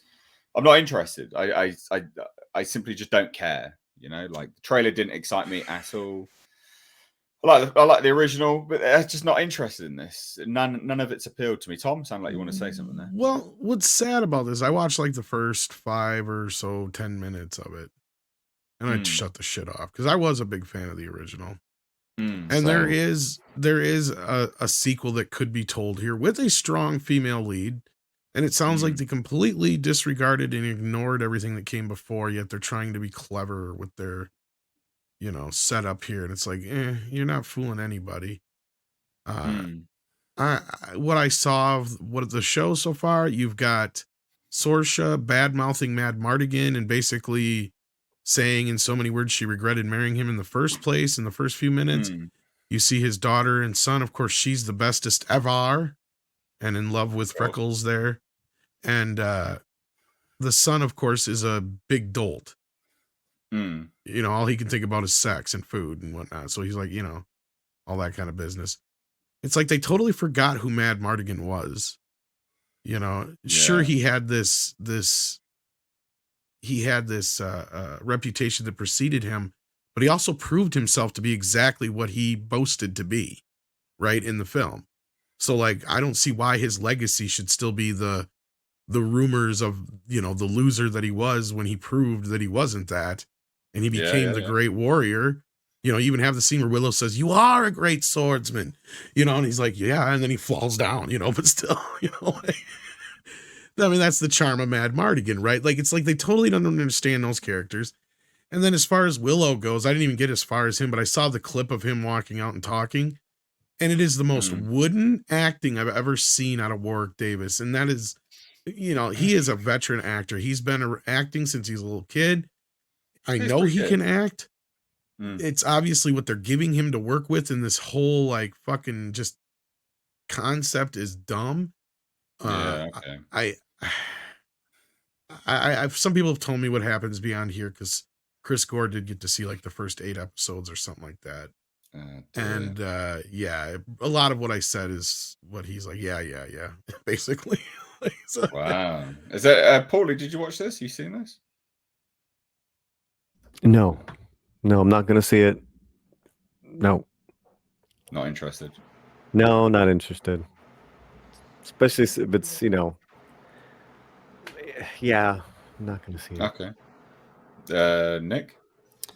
I'm skipping it. When it was announced, because like Tom, I loved the original one. I watched it so many times as a kid. I even had my parents buy me the cereal that came with the little Willow magic trick things in the cereal. And I collected all those. Like, I absolutely loved the original Willow as a kid. And so when I heard that they were doing this, I was like, okay, this could be good here. But you know, it's Disney doing this now, and from what I've been hearing, it's hot garbage, and I'm just not going to waste my time on it. I got too much other stuff going on, too much other things to do than to waste my time on this. Well, it seems other people think the same stuff, to be fair. So let's have a look. I mean, what is that? Oh, okay. Is that from Willow? Yeah, the new one. Huh. What? Interesting. Yeah. What is that? Is it like I hear That's there's a the lot of Val frou-frou. Kilmer's son's character that I was talking about just a few minutes ago. Yeah, I heard there was a lot of frou-frou stuff in this. I mean, he series. is into chicks, but like, yeah, it's still That's not a man's man wearing that 38%. shirt. Well, 38% over on Rotten Tomatoes. not good. Pretty bad considering Disney has a habit of messing around with Rotten Tomatoes. So there is that. We also have 5.5 out of 10 over on IMDb. Average 5.5 out of 10 from quite a hefty amount of people. 2,300, 2,300 odd, 2,285, so 2,300 users. That's quite a lot. Quite a lot, actually. And a lot of them are like, just 1 star, like it's awful. I got a friend. 662. I got a friend of mine who is friends with Warwick Davis, and we were gonna have him on the show, but he was filming this series at the time, so we were gonna look at having him on after it released and stuff. But like, I'm not even gonna try to have him on to talk Willow at this point because I'm not even gonna watch it. She's like, he's into chicks, but just barely. Jesus. Metacritic is giving it a 1.8. Wow. It's got a few bots, but not nearly like Marvel or some of the other shows have. It's just, it's one of those shows. I'd love to I'd love to see what the actual the viewership is like, because it's one of those things that, like, we talk about creating new stuff all the time. We talk about them consistently bringing back old stuff, right? And this is one of those things that they're bringing back something old anyway, but they're fundamentally changing it. So that's not good. But you're also doing it at a really bad time in fantasy in general, because the people that would have watched that, grown up with it, have just spent a season watching the most adult fantasy stuff in House of the Dragon.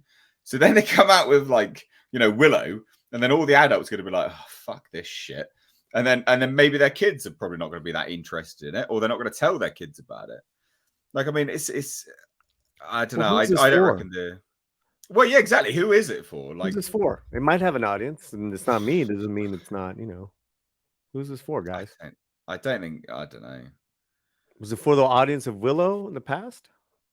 Well, no, because if it is, then why would they change it? And that's always the question I have with these things. Like, if this is, and it's always the same with anything that they bring back and change, it's like, it can't actually be for the fans of the original thing then, can it? Because otherwise, why would you change it so much?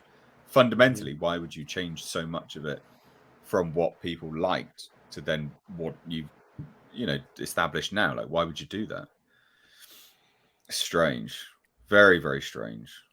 And like, I would be part of the target audience for this show, or I feel anyways, with growing up with the original, and I'm checked out. Yeah, likewise. Like, I'm not interested in this at all. I wasn't. I watched the trailer and I was like, ugh. I don't care. Like, I didn't get any buzz for it or anything like that. Yeah, it was not. Yeah, it was not interested in the slightest. Like, it just didn't. Yeah, I don't know. It just didn't. There was nothing appealing about it. And as a trailer, you need to sell it. It doesn't look like the original movie. Not at all. It doesn't feel like the original movie. I saw 5 to 10 minutes of it, and I checked the fuck out. Right. Yeah, Coach, I don't even think he got through the first, or he might have got through the first episode, and then he checked out. He was like, "Yeah, I can't watch this." It's like CW. Yeah. Wow. So it really is that bad, like budget-wise. Looks. Yeah, it looks like you've got a bunch of kids who are talking in almost modern type speak and shit, and it's. Oh, you can't do that. That takes everyone right out of it. Oh, goodness me. It's like they forgot what Willow kind of was and the charm of it and just the whole idea. Because like I said, basically they had a character who picked Willow in the first movie, the baby, right? Elora Danan. She is meant, the reason that Bav Morta wants to kill her is that she's more powerful than her and she's supposed to grow up and kill her. So that's why she wants her dead. The baby gets whisked away. Willow finds the baby. Willow protects the baby with Mad Mardigan and the Sorceress, and they defeat Bav Morta. And then Sorsha and Val Kilmer's character, Mad Mardigan, take Elora in as their daughter. Now, supposedly she forgot who she was, and now she is the evil that is rising in the trailer. I'm like, that is the dumbest shit in Just the undo fucking everything free from the world. first one, then. Yeah, because what this should be is it's basically you set it up like Star Wars. You have Elora Danan is being trained by Willow to be a sorceress, right? He is now passing down everything he learned from the sorceress before and everything, down to her. She's getting restless because she's a teenager now or whatever in her 20s, what have you. And she wants to do something. He's like, don't worry, you're going to get to do something someday. We'll find out when that day comes, blah, blah, blah, blah, blah. Well, all of a sudden you have an evil growing. It's a new evil queen like Bav Morta was, So then she has to fight her and bingo, there's your fucking move, show, whatever. But for some reason they want to make her the bad guy, which means at the end she's going to be reminded who she is and she's going to flip. Because see, they can never have a true bad guy. She's going to be like another Reva. Well, they're going to undo. Oh, they'll just undo everything that they do in the They're all about deconstructing characters. Yeah, because Val Kilmer supposedly, he's gone, and they said he left for some reason. Well, we know why down the road in the shows. Chris told me, but I'm not going to spoil any more than I already have for people. But it's left open that he could possibly come back, but it's still kind of, he's still playing the absentee father here. It's... Those deadbeat dads running off on their adventures. But yeah, we know why he runs off. I've read the whole kind of plot of the. Well, it goes along with what I said before. Yeah. So yeah, I know what Tom was referring to there. Ah, god damn it! I'm just so sick of this shite. But it seems everyone else is too, because it's getting bad ratings, right? So it makes sense.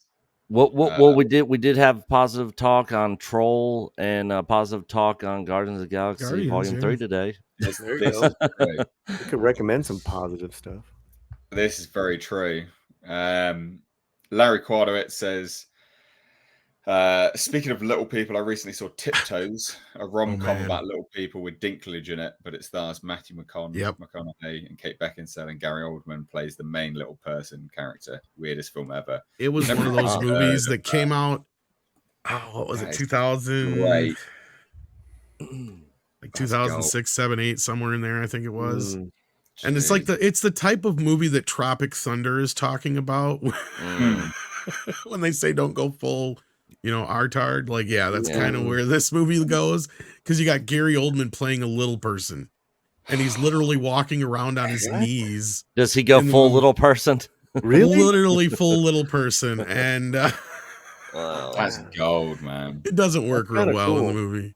It's off-putting. I'll put it that way.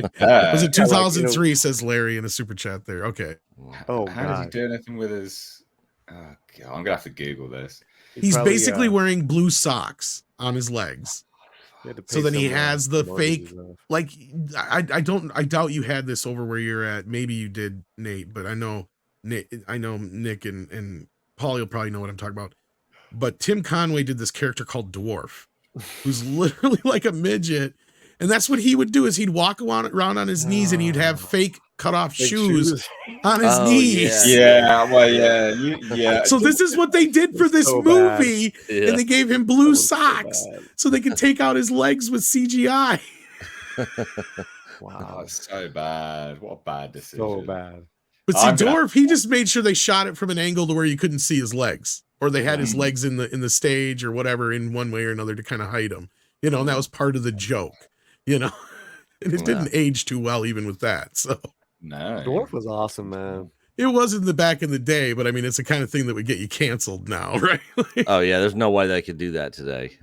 No, That's no so way. funny. But still, Taker says, "Wait, Dial of Destiny is the title of the new Indy 5." Yeah, apparently so. Yes, it is. Yeah. Not to be confused with the Pick of Destiny.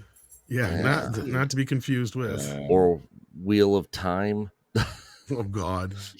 Comrade Commissar Yuri says, "Did Davis realize he was duped into being in this?" Yeah. You know what these actors are probably learning, and this is a lot like we heard from certain people in other shows and stuff too, is that it's hurting their careers. Yeah.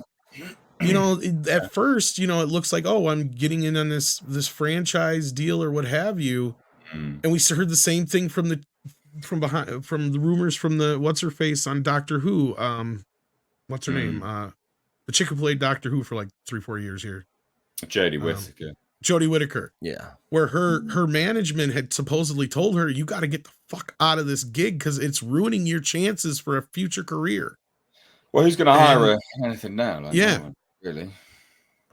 You know, what's she going to get hired for? Like nothing. So I can see a lot of these guys that are in this Lord of the Rings thing. I guarantee you, what's her face's management has probably told her, you might want to try and get the hell out of this thing because it's just painting you as a bad, you know, with a very bad image.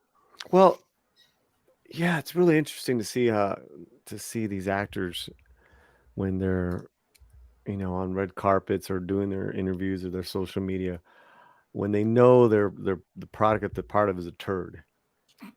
And what they're talking about. They're never talking about their approach to the character. They're never talking about their love for the character. They're never talking about the dialogue and the storytelling and you know, no, Paulie's right. You can tell when an actor has a passion for something. Like the Rock or Tom Cruise are both great examples we've saw in the last year of guys who clearly had a passion for this. Yeah. You know, they got behind it 110%. And I think Paulie's right that's why I rarely blame an actor for a movie. I mean, once in a while I'll give certain actors shit, but that's because they either are producers or whatever on the project, and then they deserve it. But in other cases, it's like a lot of these actors sign up for this stuff. They have no clue it's going to be a fucking train wreck. You know, they're doing what their agents and managers tell them to do. And, you know, if somebody comes to you and says, we're going to make a Lord of the Rings, at that time, they had no idea what the hell was going on. You know, so like a lot of these actors, I don't blame them for taking these roles. But what I do see is, I think we're going to see more often, especially with things like this, where you have these disasters and these actors pulling the fuck out because they're like, this is going to destroy my career. And let's be honest, Warwick Davis isn't like a top tier, you know, actor. When they approached him for this, he was probably happy he was going to be getting a paycheck and was like, Willow, you know, one of the things that, you know, I'm known for in my career. And probably was like, yes, so where do I sign? Actually, he's had a couple shows, I think, in between there, because he did one for, I think it was BBC or whatever, and Ricky Gervais even produced one of his shows. Yep. And I mean, he's done a lot of stuff. The only reason he quit doing the Leprechaun movies was because he's got kids. That was the last thing I really remember. Yeah, he was doing it. He was just fine doing them, but it was when he had kids, he said that he wasn't going to do them until his kids were old enough to see those kind of movies again, because he brings his family to the set a lot of the time, and he didn't want his kids seeing him in that kind of makeup. So that's why he quit doing them. And otherwise, he said he would have kept doing them. But otherwise, you know, he's worked fairly steadily. I mean, he's been in almost every one of the Star Wars movies too. Yeah, the prequels and the new films. Little cameos though. Still, but I mean, having like a screen. Yeah, but like I mean, in Solo, he had a pretty big role. Or at least he was in a little bit more than what was on screen, I think. But yeah. Let me give you a recent example of representation done right on a certain level. In that with Wednesday, he was in Harry Potter too. Thank Brian. And Jenna Ortega. You know, obviously she's the star of it. She makes it. She's very, you know, I think really good performance. But in leading up to it, in her interviews, she was talking about a few things first: the legacy of the characters, paying homage to Ricci who played her before, and how much she loved this character of what she was doing. Then it was like maybe this 5th or 6th subject down the line. Oh yeah, they're gonna be Latin and Day of the Dead, and that's cool, but you got all this passion and just insight from an actor Yeah. way before. And of course they're trying to cancel Tim Burton in the show because it's you're only having black people in it who are bad guys. And it's like, well, okay, you can't win. That's another thing. Is that you can't Tim win. Burton is Rossicist. Yeah. That's it. So, That's it. And I doubt Tim Good- Burton good even cast example. this show, to be honest with you. Say that again? I said, I don't even think Tim Burton cast this show, to be honest with you. He's not the showrunner. He's just the producer, and he directed a couple episodes, I think. The actual showrunners are the guys from they were trying to Smallville tie or it into whatever. something they were trying to tie it into something that he said like about 6 years ago. And that's so stupid Oh, because God. you take it out of Oh, context, it Jesus. sounds bad, but in that conversation that Burton was having, he's absolutely right. Yeah. I don't even know the conversation that you're talking about, but yeah. It's not even going to be worth looking at. How now, can is you it? say that Tim Burton is racist? This is the dude that wanted Marlon Wayans to play Robin, for fuck's sake. Way back Right, before it's Hollywood fine. was into this That is race true. swapping shit. Yeah. That's not even worth. Oh, they're so fucking stupid. I mean, I know that's not proof that somebody's not racist, but I'm just saying, I mean, even back then for him to think that way is pretty Well, progressive. It's a fairly good indicator, to be fair. Larry Quadowitz, back on the Tiptoes thing, says apparently the director of Tiptoes hated the final cut and protested it. Dinklage probably wasn't thrilled with the outcome either. Cinema history. I've got to find this. Yeah, it's one of those train wreck movies. It's it's one of those because it's like Matthew McConaughey's his regular sized brother, so it's about their relationship and stuff, and it's one of those. Okay. It's so bad. I don't know if you even call it "It's So Bad It's Good" movies or not. It's been a while since. I'm just gonna look at like clips on YouTube. Then I think. Yeah, probably best to start there. Oh wow, it came out in 2002. 2003 or 2, yeah, because that's what we got a super chat earlier correcting me. Gary for £5 says someone in the chat said, why haven't they brought back Snipes? He did lots for superhero movies. He set the way for the MCU. Well, age, I'm guessing they wanted to, because I have a friend who's a writer, and when they were first getting into the idea of bringing Blade into the MCU, this writer would have been on Snipes's writing team. For those who don't know, when you get like a big star like this, like Tom Cruise, Wesley Snipes, any of these kind of guys, even Will Smith for that matter, they have their own writing team who will sometimes come in and punch up their dialogue or be a part of the writing from the start to make sure that, they're being represented. And he had flat out told me that they're in the midst of negotiations, and I was getting updates as it was going on. And what was going on was they didn't want him to play Blade. They wanted him to be a part of it, but they wanted him to play Whistler. And he's like, no, I want to play Blade. And you can, have me handing the torch off to Blade's daughter, what have you, because I guess he was a fan of the Blade's daughter storyline or one of the storylines in the comics. He's like, but no, I should play Blade. And they were resistant to him playing Blade. They kept saying, we want you to be a part of this, but we're not going to have you play Blade. Sorry. So then he and his people walked. The very next fucking day after I was having this conversation, they announced that Marasha Ali is playing Blade at that thing at the whatever you call it, the Marvel panel deal. So yeah, it was maybe not the next day, but it was like right around that time. It was real close to it. It sure felt like it because it was like maybe a couple days. So they had made that decision pretty damn quick, or they already knew that was their decision. And that's why they were resistant to him being Blade. And I don't think it had anything to do with his age or anything like that. They wanted somebody different, I think, from the start. But yeah, because Ali's pretty old as well now, to be fair. So it makes sense. Not much younger than Snipes, yeah. Exactly, yeah. Paulie, you actually did this. You left this thing, didn't you, in the private chat? So Tim Burton explaining why Miss Peregrine's Home for Peculiar Children features a predominantly white cast. They're Do you going. want to see it? And they're running with it again. Yeah. This So, past week. the statement from Tim is nowadays people are talking about it more in regards to diversity, but things either call for things or they don't. Perfectly fair statement. I remember back when I was a child watching the Brady Bunch and they started to get all politically correct. Like, okay, let's have an Asian child and a black. I used to get more offended by that than just I grew up watching blaxploitation movies, right? And I said, that's great. I didn't go like, okay, there should be more white people in these movies. See, he's saying exactly what we're saying now. Yeah. Right? So he's saying now, doing it, if you're pandering, it's more or less offensive, right? If it's just comes naturally as a part of the story, like a blaxploitation film, well, that you know what you're getting from that, right? Like it's not pretending to be anything else. When he does, so the head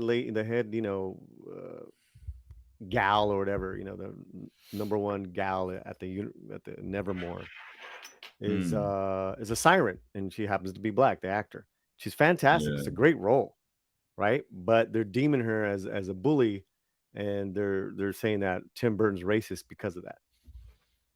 Oh, fuck off! And it's a great character. I mean. It's just so stupid, right? This is what I mean. Like, you only want representation when it's good representation. Like, no, mate. Like, everyone could be a villain. Like, it's fine. Like, what's the issue? Goodness sake, God.